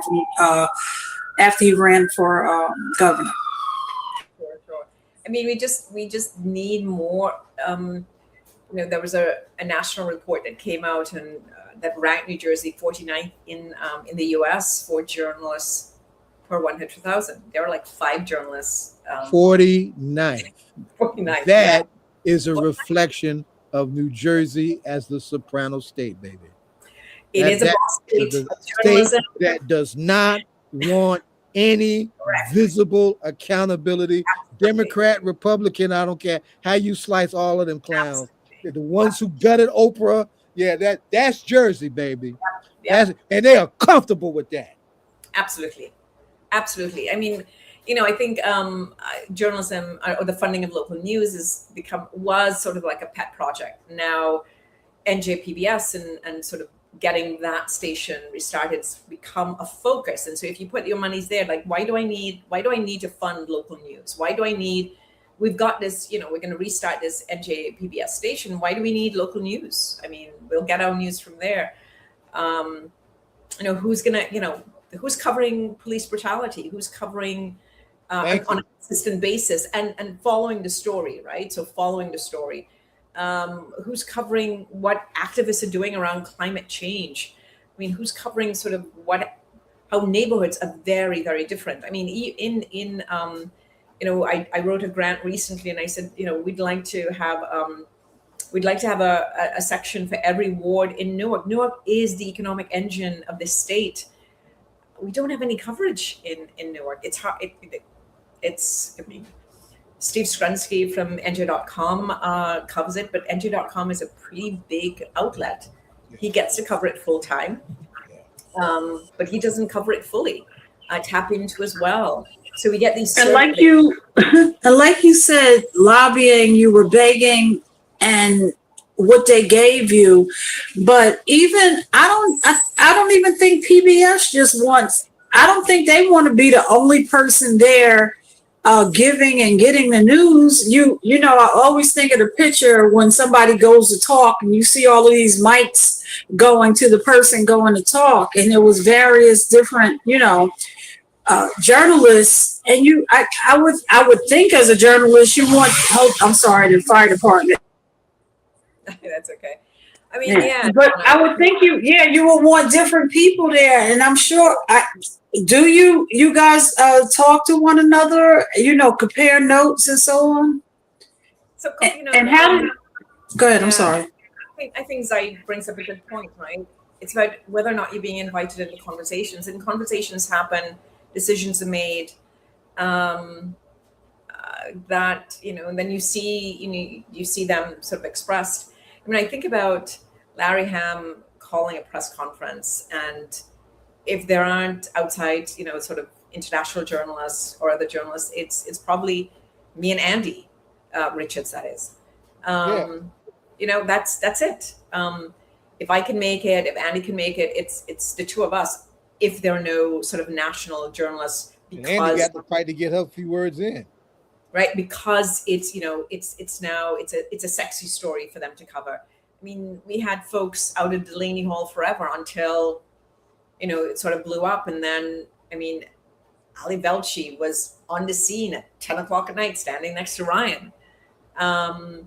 So it's hard to compete with that kind of money. It's hard to compete with those sort of vertical relationships, right? So news is very structured vertically, the way corporations have been structured, the way sort of imperial structures are set up, it's vertical, and you have to sort of at the bottom, you have to build sort of these horizontal relationships.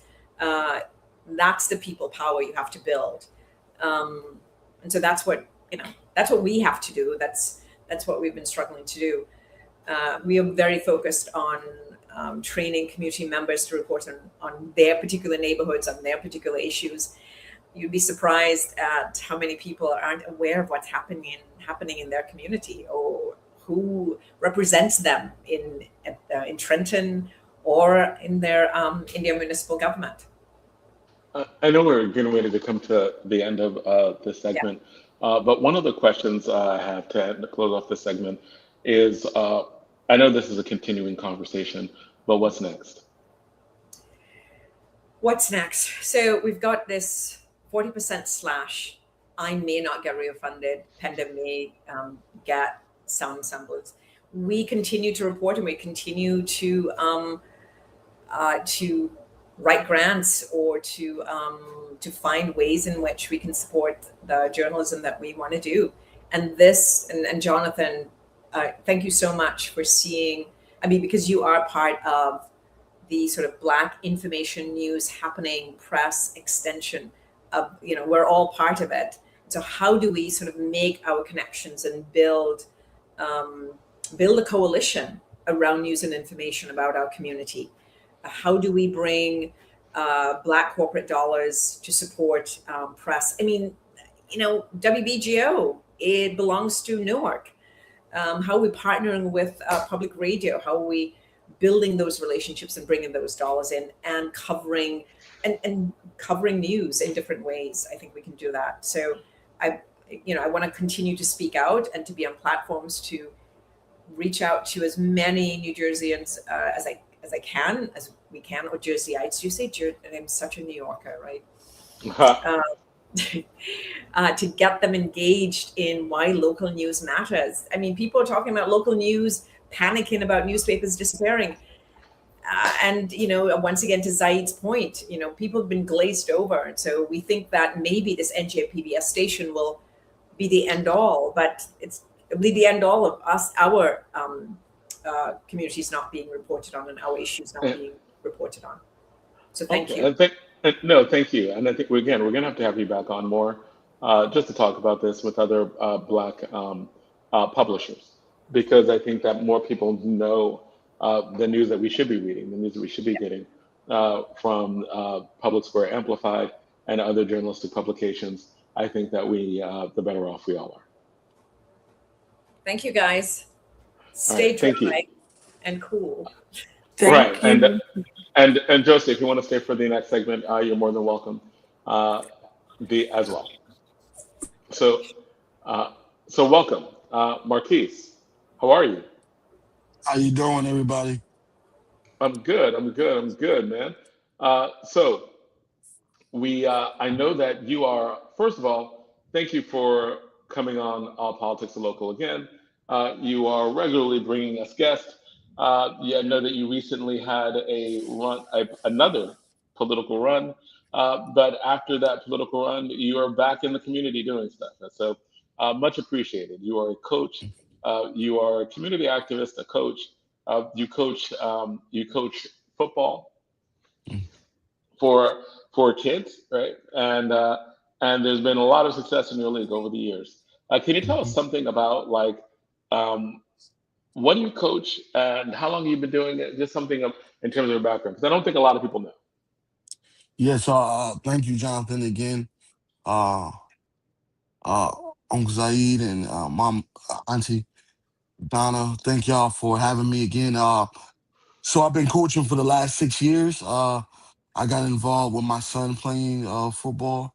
Started to play football, so I've been coaching as assistant coach and a parent who was involved. And I always wanted to coach. I never thought my son would drag me into it. But after coaching for my first 2 seasons as an assistant coach, I just found the passion and love to do it because I was able to touch kids every day and be a father to some of them. And some of them had similar stories as me, who was growing up in a single mother's home. Someone was looking for their father. Some of them lost their father. So I stepped in as a role model to a lot of them.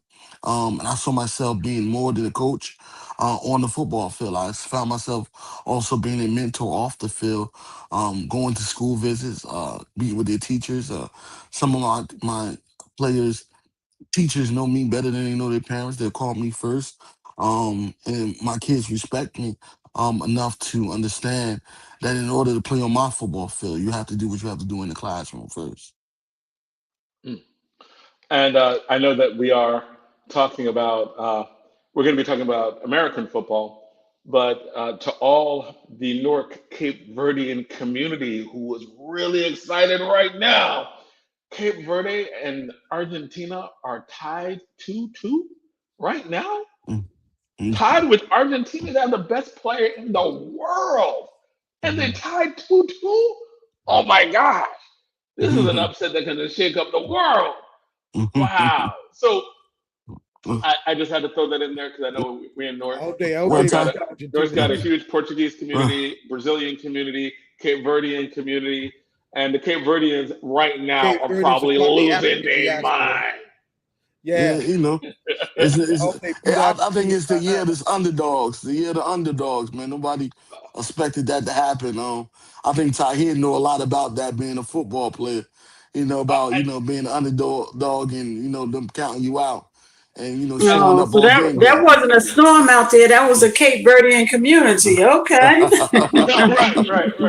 Right. And we want to give a big thanks and a big welcome to Tahir Whitehead, NFL football star, for coming on All Politics on Local again, and coming on to talk about the workshop that he is doing, the camp that he is doing at Tahir Whitehead Stadium in Newark.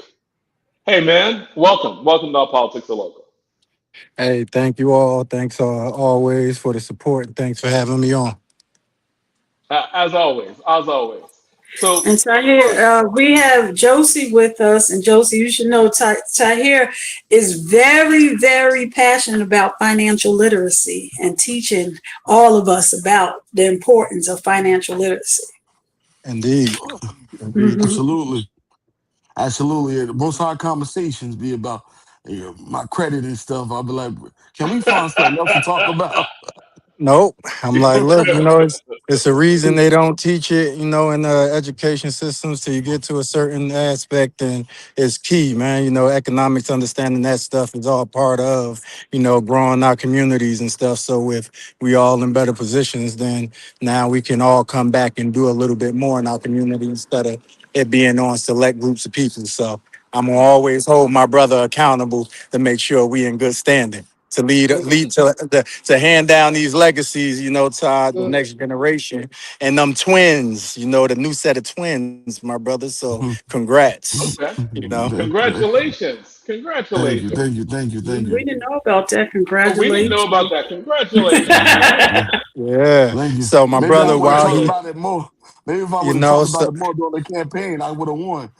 hey, look, and that's what I was saying. Even during the campaign, jumping in late, just still having the belief in himself and his team and everything. So that's why I'm like, that takes a different type of courage, and just, he still ran the great run, and but all the while of having, his wife, in and out of the hospital, and with his twins, and just still fighting that good fight in the community. So it's guys like my brother Marquis that keep me going and keep me inspired when I'm looking to come back and do more in the community, even though I'm not here locally. So, he's my, my boots on the ground, whatever he called me, I'll show up when I can, and vice versa. So, I just wanted to, give a quick congrats to my brother with the new additions to the, the Lewis family. Right. Congratulations. A lot of our audience doesn't know, how did the two of you meet? Oh wow. Tahir was playing at Westside High School. And I went to arts high school, and so crazy is our principals was husband and wife. So the Browns. Oh, wow. so you know, when Tahir was on the football team, I always admired his drive for the game of football, his leadership.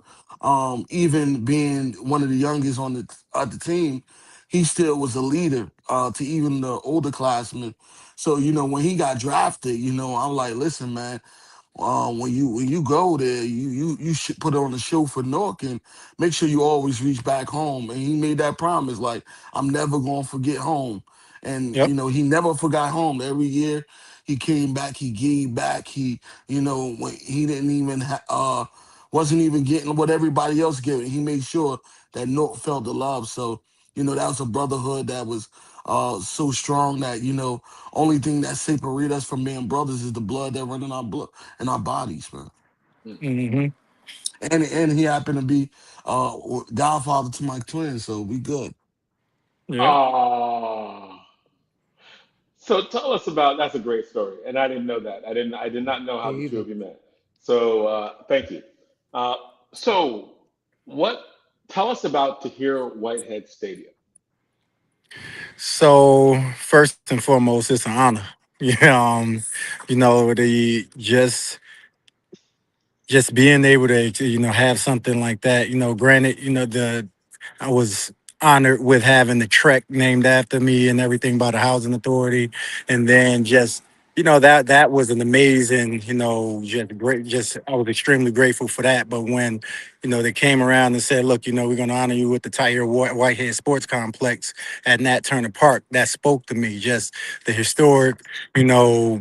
Just the history surrounding Nat Turner in and of itself, and just you know what he meant to you know just how like moving our culture, our community, our people forward with inspiring and everything, which was for a different reason. But for me, it was impactful. It was powerful because it's like I told myself it's like I'm here. My goal has always been inspire with the issues and everything that we're having in today's society, right? The issues we're having now. You know, one of the things being what we spoke on earlier, right? Economics and financial literacy. So it represents, you know, it's just that, hey, look, I'm from the same city as you. You can, if I did it, you can do it. And think good things happen when you come back and you don't forget where you know what happened, where you come from, and the people that supported you along the way, right? So although it's my name on that at this complex, it's bigger than me. You know, I always said that I played for my last name, not my first, and that was Mm, something that you know I stood with, I ran with, and I felt like I had the city on my back. You know that like Marquis stated, I always wanted to make the city proud. He reminded me of that, of all of the fighting that he was doing in the city for the residents. And then I said, look, the most I can do is do my job on the major stage, which is the NFL. But then in my spare time, you know, when I could be resting and doing anything in the world, I'm spending it back in my hometown that raised me and made me the person that I am. mm, And I think Tahir being a little humble, but I think Tahir is one of the only people that's from here that actually invest in this city every single day. It's not a time that we call on him that he's not there for our people. Um, and you know, this idea was basically like, listen, man, I'm tired of naming things after people that's dead. mm. Let's name something after somebody that's alive that kids can see as their motivation, that they can see that one day something to be named after them, and we could change the trajectory that in order for you to be honored in this way, you have to be dead and 6 feet under. So, you know, this was inspiring to young people when they was able to see this happen. You know, Tahir stayed, he took pictures with them as he always do, autographs. And, you know, one kid actually cried, right? Because he said, you know, I remember seeing him play football on TV, Right. but to know that he's from my town and really giving back to me, and that he's pouring into my future, makes me proud to be from Newark. Mm. I remember seeing him play as well. When the announcer announced from Newark, I was like, Newark, New Jersey. all right, right? Like it just a smile just gets over on your face because you're like, okay, all right, right? You I know, had you I just be had to like, Get I them had to right. fight for it, baby. Oh, Because let him I go. had to I had to remind them every time, when I got to the point I was, a starter on the team and like a captain and stuff like that. And we'll have the meetings before the game, and I just have to remind them. They'll say Jersey City because that's what people think. When you look up where I was born, it says Jersey City. I'm like, look. I'm from Newark. I'm like, my mom went into labor while she was in Jersey City visiting friends. And, she had to go to that hospital, but don't get it jacked up. I'm from Newark through and through. And I'm there's nothing glad. wrong with Jersey City, right? I got family out there, but I'm like, look, for me personally, where my heart is and where I stand on, that's Brick City, baby. So tell us about this. Tell us about the workshop that you're doing. So this year, we're all the mindset, with the team is all, with the Whitehead Foundation is always how can we improve, and make things bigger, better than we did than the previous year, right? So it's always about growth and one of understanding where what the city of Newark is and how gritty it is and what how people perceive us. It's about pouring into the kids to not drink the Kool-Aid, because it's like if you don't define yourself, then somebody else will. And it's giving a sense of self, giving a sense of purpose, and or helping them find the sense of self and or find that purpose through various channels, whether it's socially, whether it's spiritually, whether it's economically, just family, because as we know in our communities, we have a lot of dysfunction that lies in it, and we get, as a people, we get a lot of bad rap, but we are loving people. We are genuine people, and this, to get them to understand. Hey, don't let nobody put a label on you. Don't let nobody tell your story for you. You do that for yourself. You be the author of your book. So it's really instilling those skills, those life skills that's going to allow them to be successful in life, no matter where they go. And understanding that the very determination and will and adaptability that we've all gained growing up in the city is the very thing that's key in being able to thrive and survive in the society. So it's just giving them that hope, as Marquis alluded to. Like that young man was proud. He gave me a hug because he understands. Like he understands that he doesn't see that often. And that's the way I lead, right? My thing is lead from the front, be the example that you want to see, and constantly asking myself, are you somebody? Are you someone that you would follow? And for me, is really defining that every day. Every day I wake up is how can I be a better version of myself? So it's instilling these things that I hold valuable to me, that I instill in my 5 sons and my siblings, right? And my nieces, my nephews. And I view everyone as an extension of my family. So, I get it for me to sum it all up. I'm fed up or tired. I'm tired of the negativity that's surrounding us, and there's so much positivity that's going on in our communities. And then also, it's like, hey, look, let's band together. People say we can't do things together, we can't be successful, we shouldn't work together, don't so, we're not supporting each other the way we should, like other communities. And I'm like, okay, we know a lot of this stuff is going on, but let's change it. That's excellent, man. So, but question also, they're going to learn how to play football here too, right? Like you mentioned a lot of things about building and learning, and all that's great. But is this also like a football workshop? So the conference itself is to teach about, learn about your rights. We have the Okay. Essex County Prosecutor's Office involved. So, more times than not, we get over policed in our communities, right? And we don't truly know our rights. We don't know the Constitution, things like that. It's not really taught at the level in which it should, in school, or retaught where as you become an adult and be held liable to certain for your actions, how to move.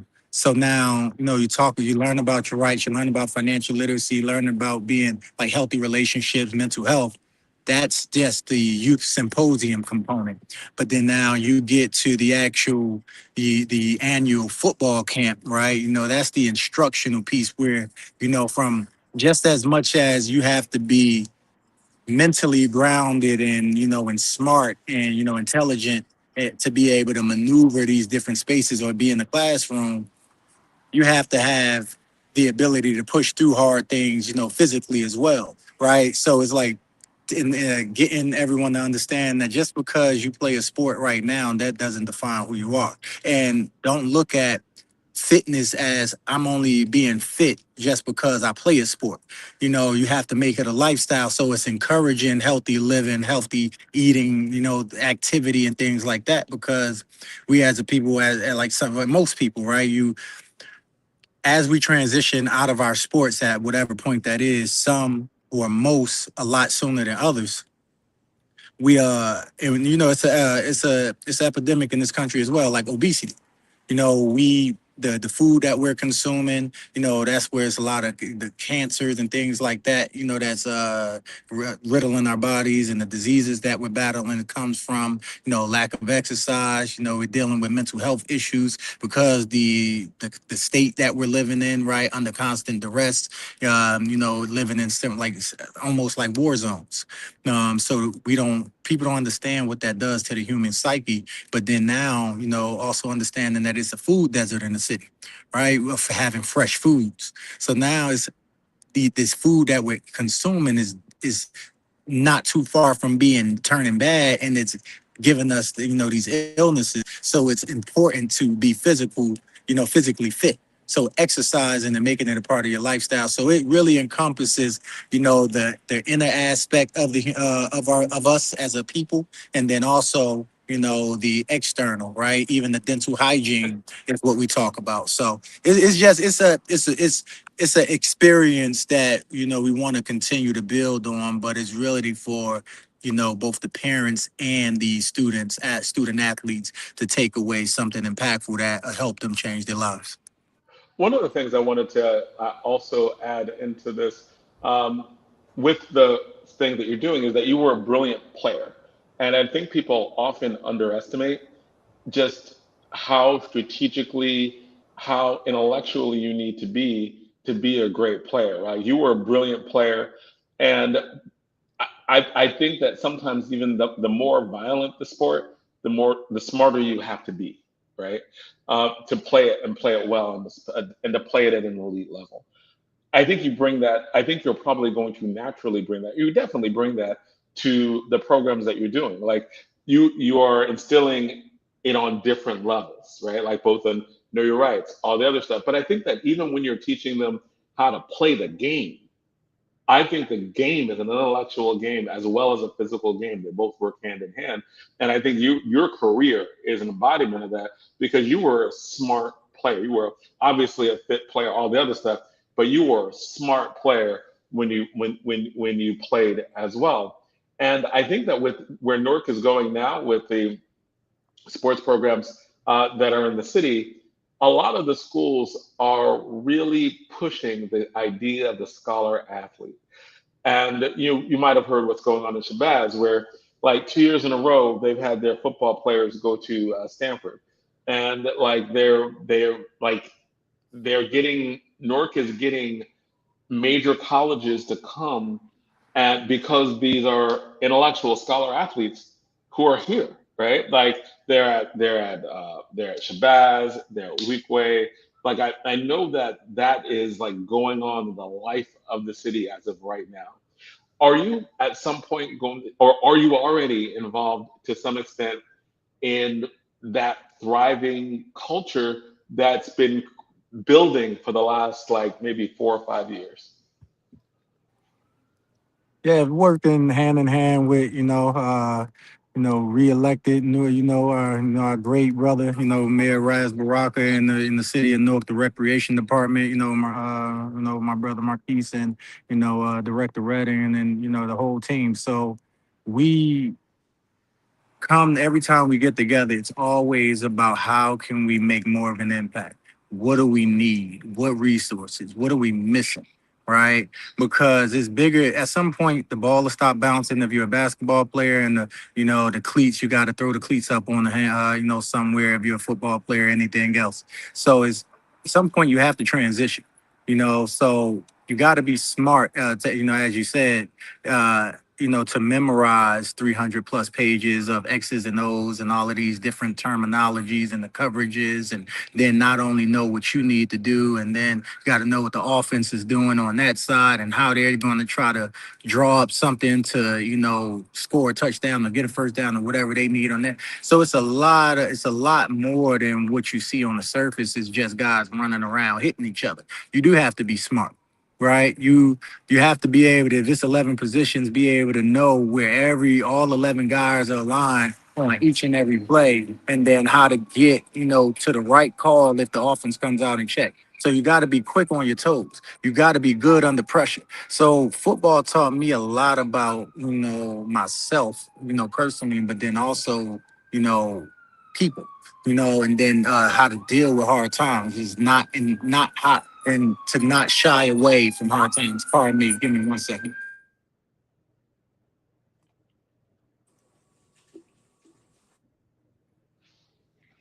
Hello?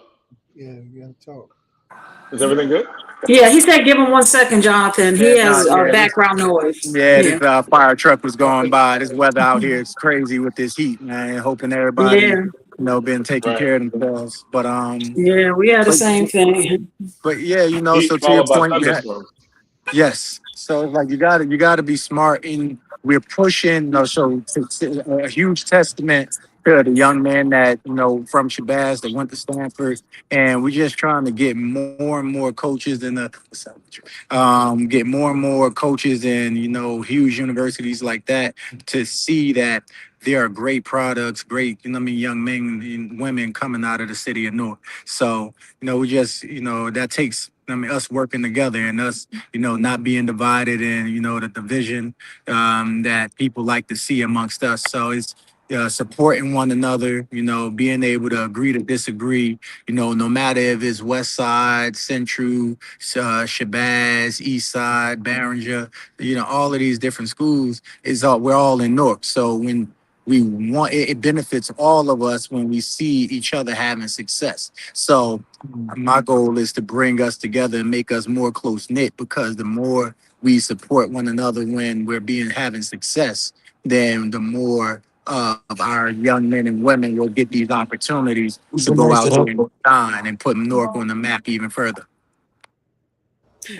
And Tahir, I'm gonna go back to the financial literacy. In your week, the first thing I wanted to ask you about was a lot of places have created a Monopoly game where they can teach, but Newark already has a Newarkopoly.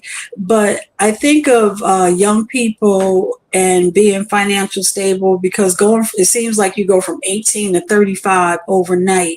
And when they're prepared to make those, their first piece of property is what I'm interested in. And have you had an opportunity to, in your summer programs, make space for financial literacy? And I know it's only like a week or a short time, but just preparing them for those getting older and to, like you are a great advocate of being financially smart. And then my second question is, I'm sure you've heard about the NAACP and what they were asking of student athletes in terms of making choices. Do you have any thing you would like to say about that? In regards to the financial literacy component, we're looking to extend the program beyond just the day or 2 days that it's been in the past. Been working with my financial team, as well as the city, right, with their education department, just to get more of these resources into the kids' hands. So it's being able to, like last year, we did a conference and it was K through 8. So people probably like, well, what can you teach to a kindergartner about being financially literate? Well, you just dumb it down and you give it to them, at their level. All of these kids are talking about Robux and V-Bucks and all of these different types of, electronic coin, and then we're talking about cryptocurrency. We're living in the digital age. So I feel like the sooner, we look at history, I went to Africa, went to the Serengeti, and we went to see the Maasai tribe, my wife and I. And they say at 7 years old, they send the young boys out there. They tend to the cattle. They let you know, hey, what these are. This is what plants you eat if you get sick. Right, This is what plants you avoid. So I'm like, if we could put that type of responsibility on, if they could put that type of responsibility on young people, and we used to do that in the ancient times, then why can't we dumb things down for our children, to be able to have them get a head start being financially literate? Because, and like the way the system is designed is to make us consumers, so you're gonna, you need to have finances in order to live. Inflation, things are going up, so you got to be smart with your money. So all we do is just, break it down to their level, and then we're looking to extend the program. But then now you fast forward and you see when kids don't get financial information at a young age, then it leads to the collegiate athletes making poor decisions with their financing once they get there. And you're talking about NIL and stuff like that. You mismanage finances, right? You see the difference. You see it in the pros. You see pros in the pros or in the NFL, they say 78 to 82% of athletes, go broke or bankrupt to, like 2 to 4 years once we're done playing. And those statistics are alarming because when you think about who makes up most of the NFL is mainly, us as African Americans, so it's just attacking it from all angles, and then just getting the youth athletes, just to understand that they should start investing in their future sooner, not later, right? Don't think, hey, I got time. I'm a kid. I'll be able to, worry about that grown-up stuff when I get older, or even the adults thinking, oh, my kid is too young to teach them this stuff. We have to reframe our minds and our thinking to be able to start giving our youth, right? That is the future, the resources and the tools to thrive and be successful, because there's a lot of things going on in our society, in our community, in this country, and on this planet, suffering. They talk about global warming. You see a lot of gasoline vehicles being decommissioned. They're trying to put a plan in place to go to EV. Our grid is unstable. You look at all of these different things that we're battling, and it's because we're not informed. We're sidetracked and we're distracted by social media, just all this fake news, as someone likes to call it. But it's true. It's a lot of fake news out here, and we're too lazy to do our own research and look into things, and we just quick to believe what somebody tell us. So it's getting people to be creative thinkers and think for themselves instead of, the collective illusion that we've all bought into.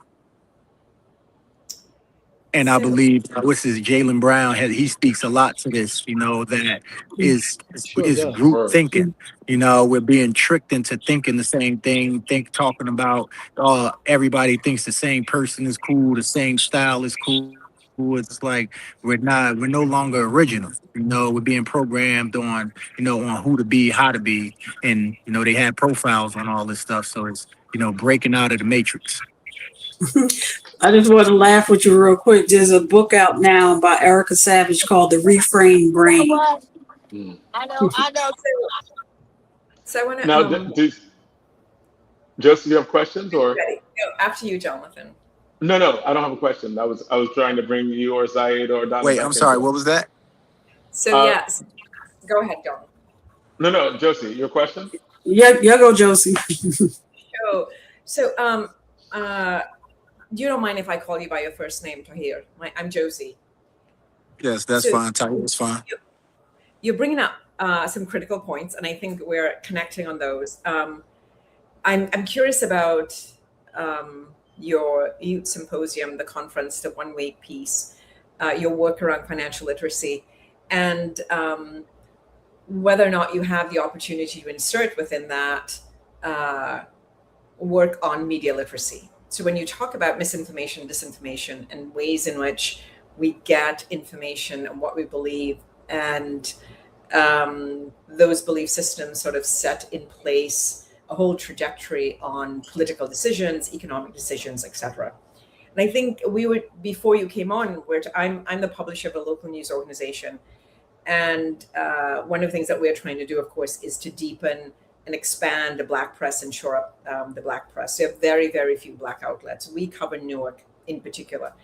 Every summer we run something called a Citizen as Journalist program, and we try to recruit as many young people from Newark as possible to train them around journalism, around media literacy, and have them report on news in their own communities. We've got some really terrific people from Newark this year, and I'd love for one of them to do a news story on the work that you guys are doing on this symposium. But I'm also interested in whether or not you're inserting media literacy into it. You know, and when we, if we're going to have our young people making decisions, then we have to. There are a couple of things that they need to do. We need to talk about financial literacy within the context of global history and what money means, and the politics of money, and the governance of money, and who governs it, how it's used, and what sort of tool it is to consolidate power. We have 10 tech companies right now who pretty much run global capitalism with a few governments. There are also these 10 tech companies running what we read, what we consume, how it's constructed for our consumption, who we are. You talked earlier about there is this mythology in Newark, and we're trying to sort of break that mythology. Well, that's about news and information. And so people still see Newark in a particular way. And so how do we tell stories about Newark being an economic engine of this state? How do we tell stories of how we're transforming our neighborhoods at the local level, whether it's on public safety or it's in education? So those are the stories that we want to tell. And I think that you are a terrific partner to do that. And I'd love for our young people to meet you. We actually have what I think, Jonathan, is just somebody who has a novel in them. She graduated from Shabazz last year. She's written for us. And she's in the summer program once again. She is incredibly just brilliant. She's got an imagination that's mind-blowing. We also have a young man from Newark who just served 32 years in prison. And you know, he's from Newark, and he's in our Citizens Journalist class, and he's going to be doing stories about Newark. And we've got another one who teaches North Star Academy, who is also a journalist. So I think any one of these can do a story on what you're doing, Tahir and Marquis. And Marquis, you remember me, you promised that you'd let me follow you, whether or not you want. So we're going to follow you. I'm open. I'm always open. Yeah. So I want you to consider inserting media literacy into your youth conference. I think it's invaluable to understanding the world in which we are raising the next generation, and also in the world in which this generation exists and how decisions are being made. And then the other piece is around money and understanding money in a global context and the history of it, and understanding capitalism and ways in which working class communities and working class people are tools of capitalism, and how do you leverage that power. So I'm hoping that you will consider that. I'd love to talk more about it, but it's so fantastic what you're doing, what you're both doing. So thank you. And I want to say I'm open to it. You know, you better do it now before my book come out. But well, we'll have to do a Q&A with you on your book. Absolutely. Yeah.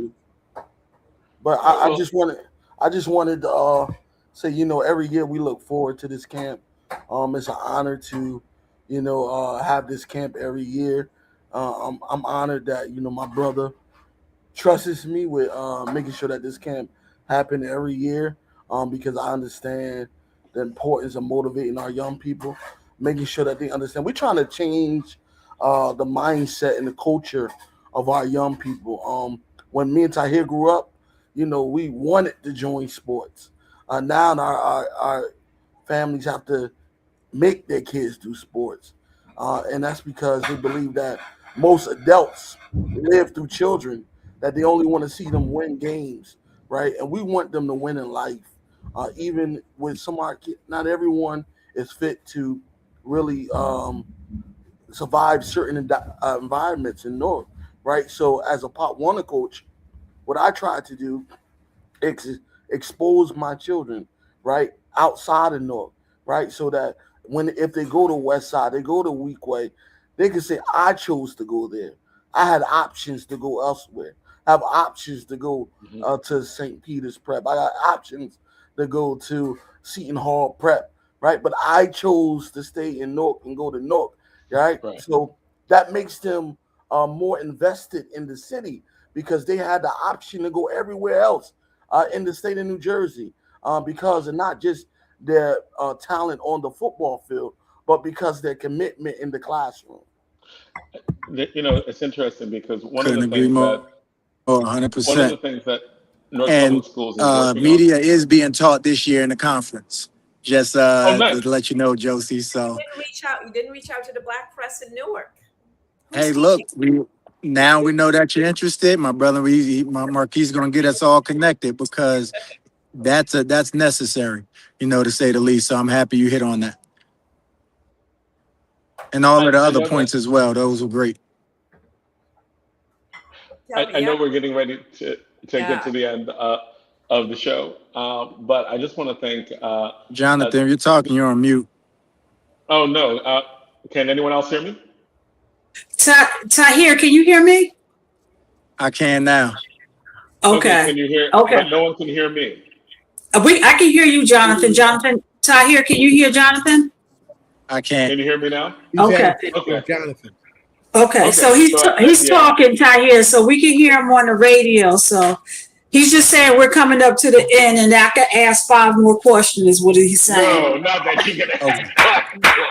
Hey, look, he laughing. Wow. I was about to say, I'm not sure if that's this is some media abuse thing that's going on right here. No, but Tahir, since we got 3 minutes, I do want to ask you, what are you listening to these days? There you go. Okay. These days, if it's not, I'm seldom listening to music anymore. I listen to a lot of audiobooks, some on just mental health or self-help and just encouragement, spiritual guidance, or, but if I'm not listening to an audiobook, then it's really just jazz. It's I'm just constantly keeping myself in like a peaceful state where, I can be in that creative flow, that creative mind to be able to think about things that I want to bring more to the conference and just how I want to guide my children, my family, and just be how I want to, what legacy I want to leave behind and who I want to be remembered by. So listen to things that keep me in that cool state until I'm lifting weights. Okay. Zaid said, what jazz artists are you listening to? No particular artist, but I listen to, it's like a coffee house, like a classic. Okay. Oh. And what I had said to you earlier was that there's a book that you said the word reframe, and there's a sister called Erica Savage, and she wrote a book called The Reframed Brain. Since you're listening to audiobooks, The Reframed Brain. I just wanted to put this plug in because I ain't hear Tahir say it. But this Saturday coming up, July 11th at 10 o'clock, we will be at Nat Turner Park at the Tahir Whitehead Sports Complex, 10 to 3. Anyone interested in registering, you can look at the Department of Recreation website or Facebook. You can reach out to the Department of Recreation and ask you to sign up your children to make sure that they come and get everything that Tahir is pointing into our young people with his special guests. And Marquis, can you 11? 11. You beat me to the point. Yep, it's July 11th, and it's from 9 to 3, and it's K through 12. But yes, please.